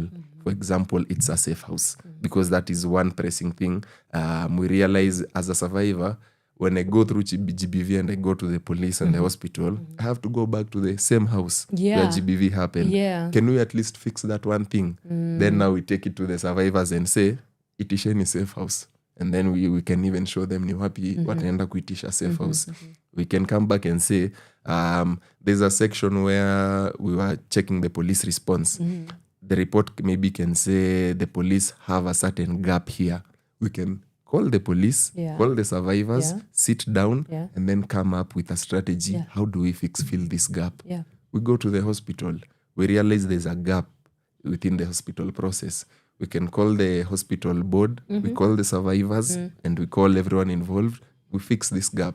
So the whole point of this is to give the survivors the voice to go and walk into all of these offices, starting with the primary one, which is the police, followed by the hospital, followed by the transport industry, and then finally court. Court, and then finally the community.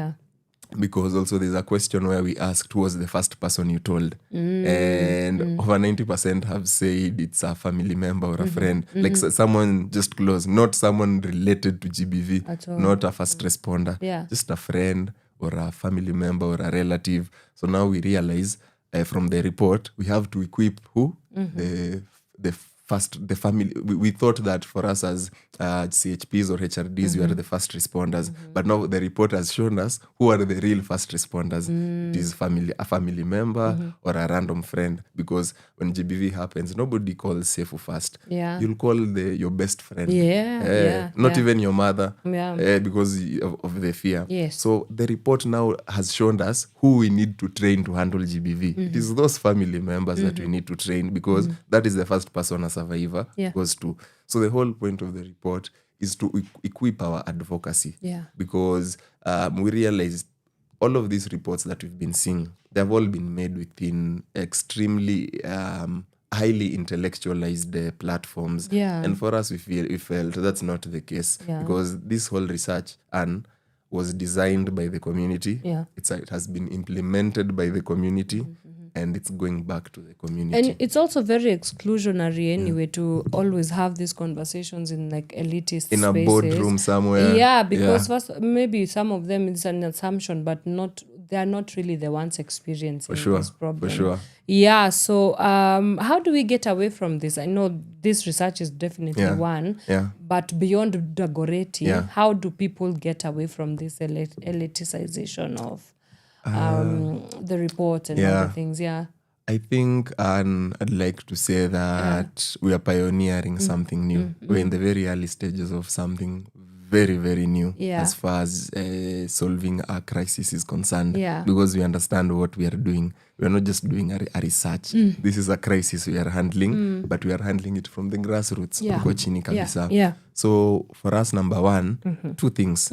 One is that we want the success of this because we understand there is a burden that has been bestowed upon us to pioneer it for other places. We are, number two, we are not planning to gatekeep this. We want this to go out there. We want, after the Dagoretti report is done, immediately, we want to rush to Dandora and say, Wapi survivors of Dandora, you guys need to do this.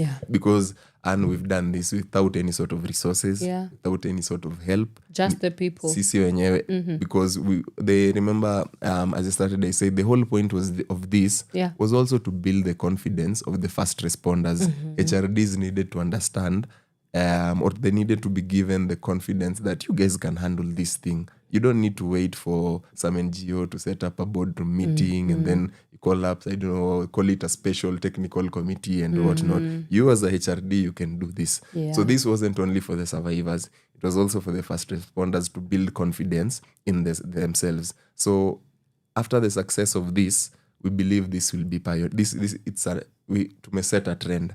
We are 100% sure that once we launch, everybody is going to pick this up. Yes. Yeah. So for us, we see ourselves as pioneers. Okay. Because again, cinema expert kwa hii field, we really genuinely know that this is the way to go, and this is a major step in solving GBV. Right. So we are hoping it will be replicated in other areas, but first we want to make sure we do it the right way, so that when you go to Kajiado, tuambie watu wa Olepolos na wapi that this is we now just give them the whole. I think this is how you do, this is how you start, step 2, step 3, step 4. Like so that. we hope this will be replicated. Are you going to be presenting it before government players? 100. We will present it to everyone. We plan on doing a very, very big meeting once it's launched. Yeah. Once we have a solid report, we plan on calling everyone in the GBV ecosystem. Everyone. Yes. What new evidences do you hope this research is going to be able to come up with, especially on that part of centering the survivors themselves, that moves away from what has been the case before? Yeah. I think mainly something tangible. Okay. Because all of the other reports, including the one that was presented to the president early this year, and I remember I was called on a panel, it was on, I remember, NTV, to discuss that report or to break it down. And the report, one thing kept saying, there is nothing new. We even kept telling them, this report, you should have just come and asked us. Everything that is in this report the things that we already know.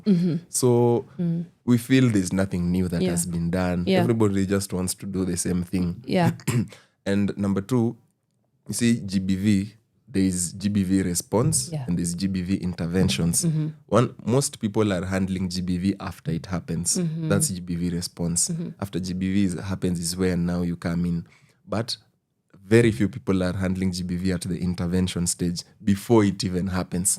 So what we hope to do with this report is understand GBV deeply and how to solve it even before it happens, before it becomes a crisis. So what we are going to get from the research, I'm a data analyst myself.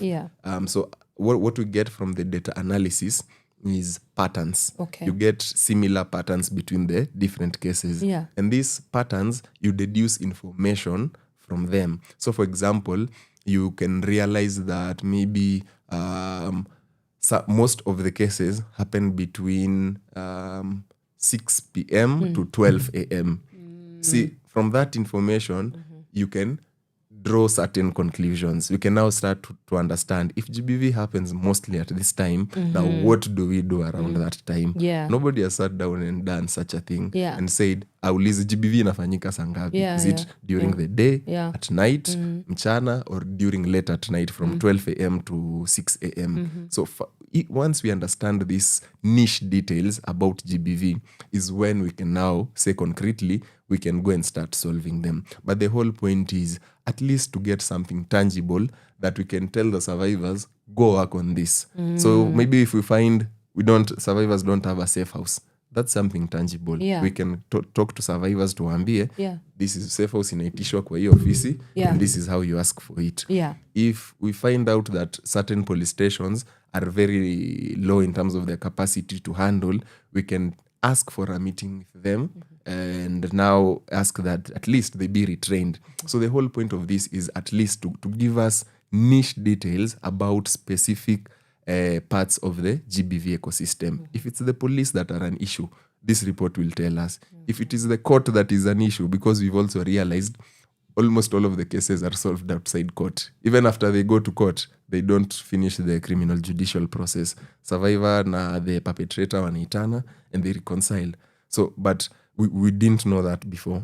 Or if we knew, I knew it as Seffu, but I didn't have the evidence to go and tell the judiciary, to call the president of the judiciary and say, Martha Koome, all of the cases that we normally send to you, the GBV related, imagine only 40% of them finish the criminal judicial process. Yeah. We were not able to do that. As the Dagoretti community, we did not have the voice to go and do that. But now after this report, we will know who is the problem, where is the problem, even when and how. Yeah. Yes. How do we use advocacy for closing the policy gaps that exist in this space? Because for one, I do know, like you were saying, it's not recognized as a disaster. Yeah. We still do not have policies that can even litigate GBV in terms of some forms of GBV. Yeah. We have so many gaps when it comes to policy. So how are you thinking about your advocacy efforts towards achieving that? This is a big thing. Yeah. This is a big milestone. Yeah. Data. Yeah. I will always scream that from today. Yeah. Yes. I think communities need to have data. When you say you want to solve a certain injustice, I think as community organizers, away now even from GBV, as community organizers, we really need to have our data right. We need to have evidence when we're discussing something. Yeah. So I think that's one major thing that I'd say. If we want really our policy to go, our policy, we really need our policy to be informed by data. And if other community organizers or other communities pick this up, I think we will see a shift. Because as I said, we are hoping we are pioneering. We know for a fact we are pioneering something new. We are hoping this will be done by other communities because research has always been something very intimidating when you think about doing it. There's so much logistics involved and there's a scare around conducting a research. You feel research is only done by professors and people from the university. Yes. But now we've demystified this with our community. It's not all about the empiricals and the whatnot. No. It's experience. It's experience. But why doesn't experience hold water, for example, in a court of law? That's what I'm asking. Yeah. I think, again, back to that question of data. You know, we in as much as you have experience, and experience is something tangible, experience is also very subjective. When you come with your experience, it's very easy for someone to reduce it to you, to your opinion. They don't feel it's a collective experience. They feel this is Seffu's personal opinion. But if I used my experience, went out to the field, got the data, and then now came back with analyzed data, and I have a report, and then now I come with my experience and my evidence, I don't think anyone will debate me or try to. So I think for me it's evidence. Okay. It's okay to have experience, but without evidence, people will debunk you. Yeah. What are some of the ethical safeguards that you've been able to put in place for these survivors? Because, they're sharing their stories. It's sensitive. Very intimate. Very intimate information. So, how have you gone about this? So, immediately, in the last step before we started the research, there's a document we went through. It is called a research manual. And the research manual is... it's a research field manual. As for someone who is going to the field, who is actually conducting the research, the enumerators, how do they handle the survivors? We conducted a training which was based off of the research manual. In the research manual, there's a data protection policy, there's a survivor protection policy. And within the survivor protection policy, we outlined to our enumerators, how do you talk to the survivor? How do you mention certain sensitive questions? For example, a consent statement. When you start the research, the enumerator has to read a consent statement. And in the consent statement, it says, and we taught them that you have to tell the survivor that you can always end the interview at any time. You are free to skip any question without any explanation. Just say next. If you feel this question imekuja sana, you don't even explain. Just say, if you feel even the interview imekuchosha katikati, sema ni hivo. I feel I've answered. Besides that, we also had a safeguarding and referral focal person.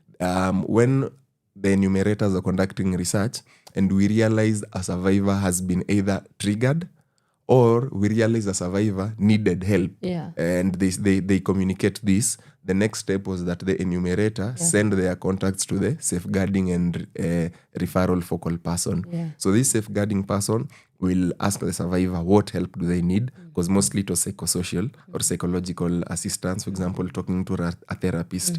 Then they refer them to a therapist. So we had a rapid response team that during the period of the research, they were always handling cases. If you feel I've talked to this survivor and she starts crying in the middle, we had a protocol within the research manual. And in that protocol, the first step will be, we taught the survivors how to de-escalate the situation. And then after de-escalating, quickly send them to the safeguarding person who is a certified therapist. Then the safeguarding person, even them, they will not solve the case. They will now refer it to a professional organization. Yes. So, yes. And also besides that, even the questions that we were asking in the actual questionnaire, even the question we were asking in the questionnaire, we made sure they were very general. There was no question that will make the survivor think. We wanted, if we ask you a question, you will answer it without thinking. We didn't want you to start thinking. Like, for example, when we were asking, what time did the incidents occur? We didn't let you tell us a specific time. We had 4 options. 6 a.m. to 12 p.m. 12 p.m. to 6 p.m. 6 p.m. to 12 a.m. And then 12 a.m. to 6 a.m. So you pick between those 4 options. So that makes sure the survivor doesn't, at least have a general answer. Yes. Are there people who maybe broke down within 100%, yes. Oh my goodness. And so how do you even deal with that as the interviewer on this other side? So we had trained them on how fast to de-escalate. Step 1 was first de-escalate. We had taught them things not to say. Usimwambie acha kulia, usimwambie vitu kama itakuwa sawa, nini, those hizo zenye zinakaa nikani hope, but they are not. You're just re-traumatizing them even more. So the whole point was just give them time, let them vent, because that's their process. Then step 2, make sure the interview doesn't go on. Stop it right there. Just there. Yes. After the survivor calm down, refer them immediately, because you as a HRD, you're not an expert in this. Refer them to the team that we have made for this. So because we had a team of experts that were dealing specifically with this.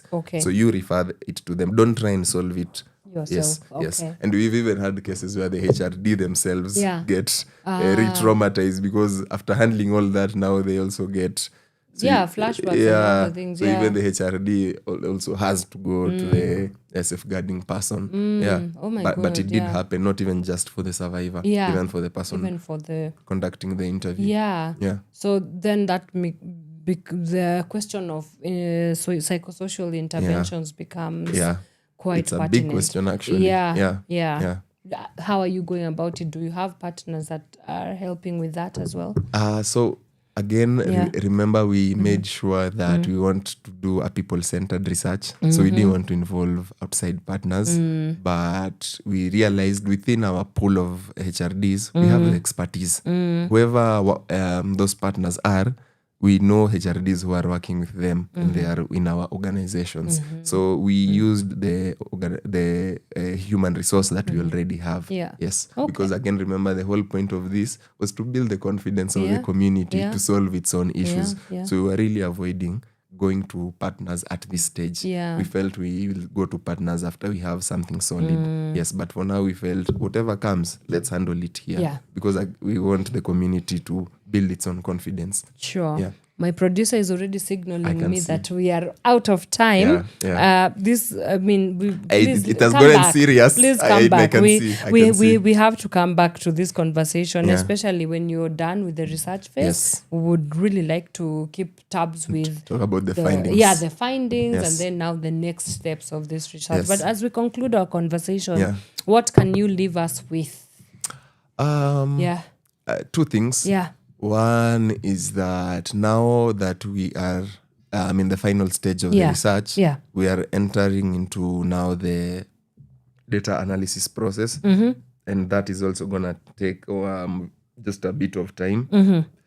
After that's done, we're going to be launching the report. Towards the launch, we really request for the support of partners. we request support of partners from across the GBV ecosystem. One major partner that we have realized that is major within the GBV ecosystem and not a lot of people have worked with is the church. So we really hope that the church can come and work with us. Yeah. All types of churches and religious institutions as well as the mosque. We really hope that the church can... Including Shakahola? No. We don't want Mackenzie. But please, the church and the religious institutions, please come work with us on this. Other organizations, the broader civil society, we really hope that they can come and work with us on this.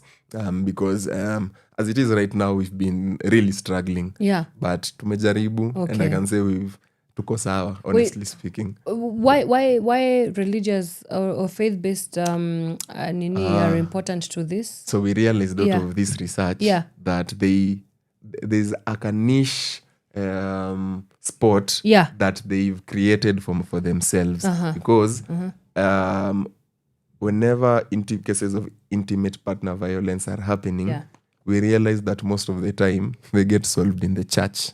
Before you go to the hospital, the couple will go to the pastor. And even when it becomes unbearable to solve, most of the time the churches have been acting as de facto safe houses for the women. So women can go and sleep in the church. All right. That's something that has not been known. So we hope that we can officiate this. That the church can now come out and say, we are official partners in the GBV ecosystem. Right. Yes, and they feed and now we give them some training. And they can help us establish temporary safe houses. And then the church is also at a position where it's able to support the survivors in terms of resources because the economic aspect of GBV is one of the major challenges in solving or ending that cycle. Because one of the reasons why survivors go back is because of that financial factor. But then if you can have a safe house where you tell the survivor, we'll only host you for 2 weeks. But after 2 weeks, we'll buy you a mattress, we'll buy you a jiko, we'll give you 2 plates for you and your child, and a spoon, and cups, and 2 cups. And they will maybe even give you something small for rent for 2-3 months. You go and start something new. Trust you me, that survivor will not go back. Yes. And this is something that you've been able to see? Yes, 100%. Yes, this is something that has been done. We've seen it being done in Kibra. And we are hoping we can replicate it, and it will be easy with the help of the church. There's a certain spot where Wako, they will really come through because it's unlike other institutions. They've not really taken up this mantle officially, but they're already doing it unofficially. But we feel if you can sit down with the different denominations, whether it's AIC, the Catholic, SEK, PCA, we sit down with them as the church and we really put this burden on them. Because they're part of the community, our survivors ni members wao, and they're always going to them. So we sit down with them and see, is it a safe house watatusaidia? Is it education watatusaidia as far as advocacy is concerned? But they really need to come in somewhere. But what we've realized from this report, they are at a special point within the response ecosystem. Yes. Okay. Yeah. Seffu, that is even another conversation altogether, because now the economics of solving the gender-based violence. Probably an interview on its own. But thank you so much for making the time to come and talk to us about this amazing work that you're doing. All the best in that research. And yes, we will be keeping tabs. We will be back here to tell us the findings. I would love to. And I'd love to come with like a whole other team. Please come. Even if it's possible to have a survivor also. So that we can, to just give that... what's raw it called? Experience. Yes, that raw experience. That would be nice. That if there's something you have said, you're not shying from survivors. Correct. Yeah, you did say that we are trying to empower them to also find their voices. Yes. So how better to do that than come to radio? Can I add something? Sure. In as much as remember, we've not conducted this report around survivors only. We've also gone to duty bearers. Okay. Yes, we've gone to the police station. We've gone to the hospital. We've interviewed HRDs, CHPs. We've interviewed transport workers. We are not only producing one report. We'll produce the main report, which will be the state of GBV report. Yes. Then we'll produce something called a community scorecard or a community score index where we'll be providing it will be an institutional scorecard. So we will say Riruta police station umefanya 5 out of 10 in this area, or 50% or 60 or 20. Hii area mkona 10%, you have an E or you have an A. Yeah. So we're going to be giving marks to different institutions as far as GBV response is concerned. So that's the second report. Yeah. Then we are also going to be providing a service directory for GBV response.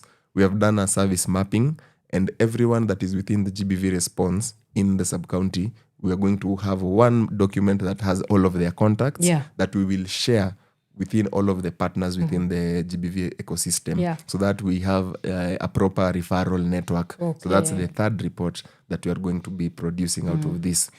Other than that, we are hoping that at least this is something that we can do yearly. So isi kitu ya once. Got it. This is incredible. Yeah. Guys, we are out of time. Seffu, thank you so much. Thank you. And for everybody that was able to tune in, thank you so much. We will see you on Wednesday. I'm really, really out of time here. Bye for now. From sunrise to sunset, all day and night. Power Radio.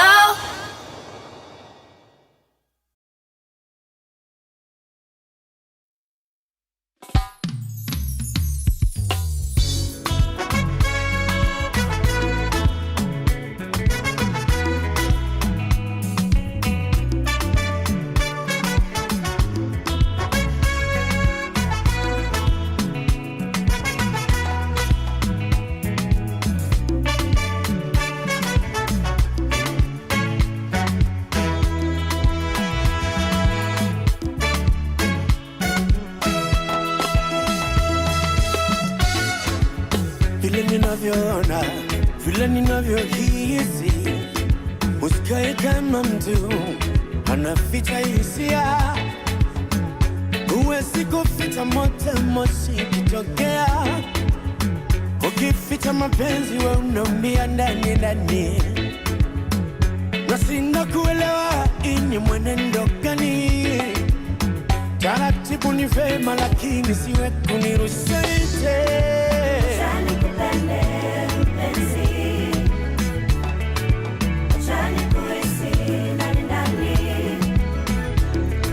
Nishike mkononi twende mbali kwetu, ingawa mbali huko ni nyumbani.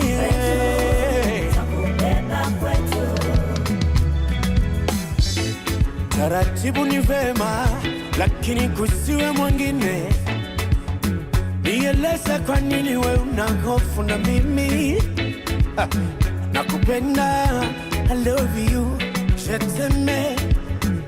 Hakika tasama uso wangu, nimekumbwa na msasa wa kimapenzi. Natangaza wasi hadharani, nakupenda sana, niko na wewe kufana kupona. Kufana kupona baby.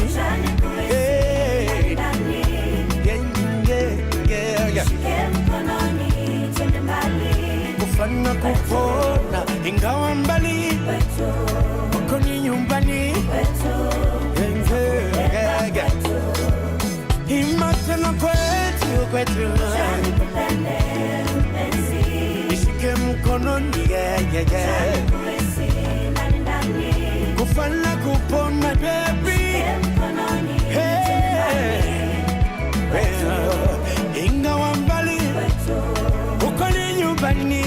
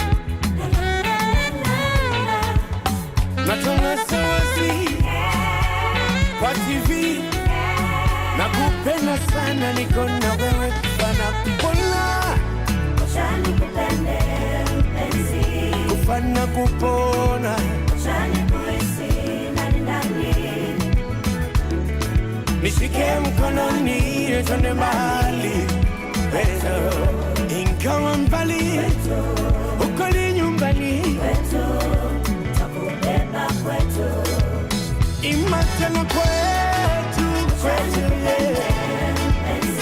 takubeba maziwa makuu, nishike mkononi twende mbali kwetu, ingawa mbali uko ni nyumbani kwetu, takubeba kwetu, imatena achani kupende mpenzi, achani kuresi ndani. From sunrise to sunset,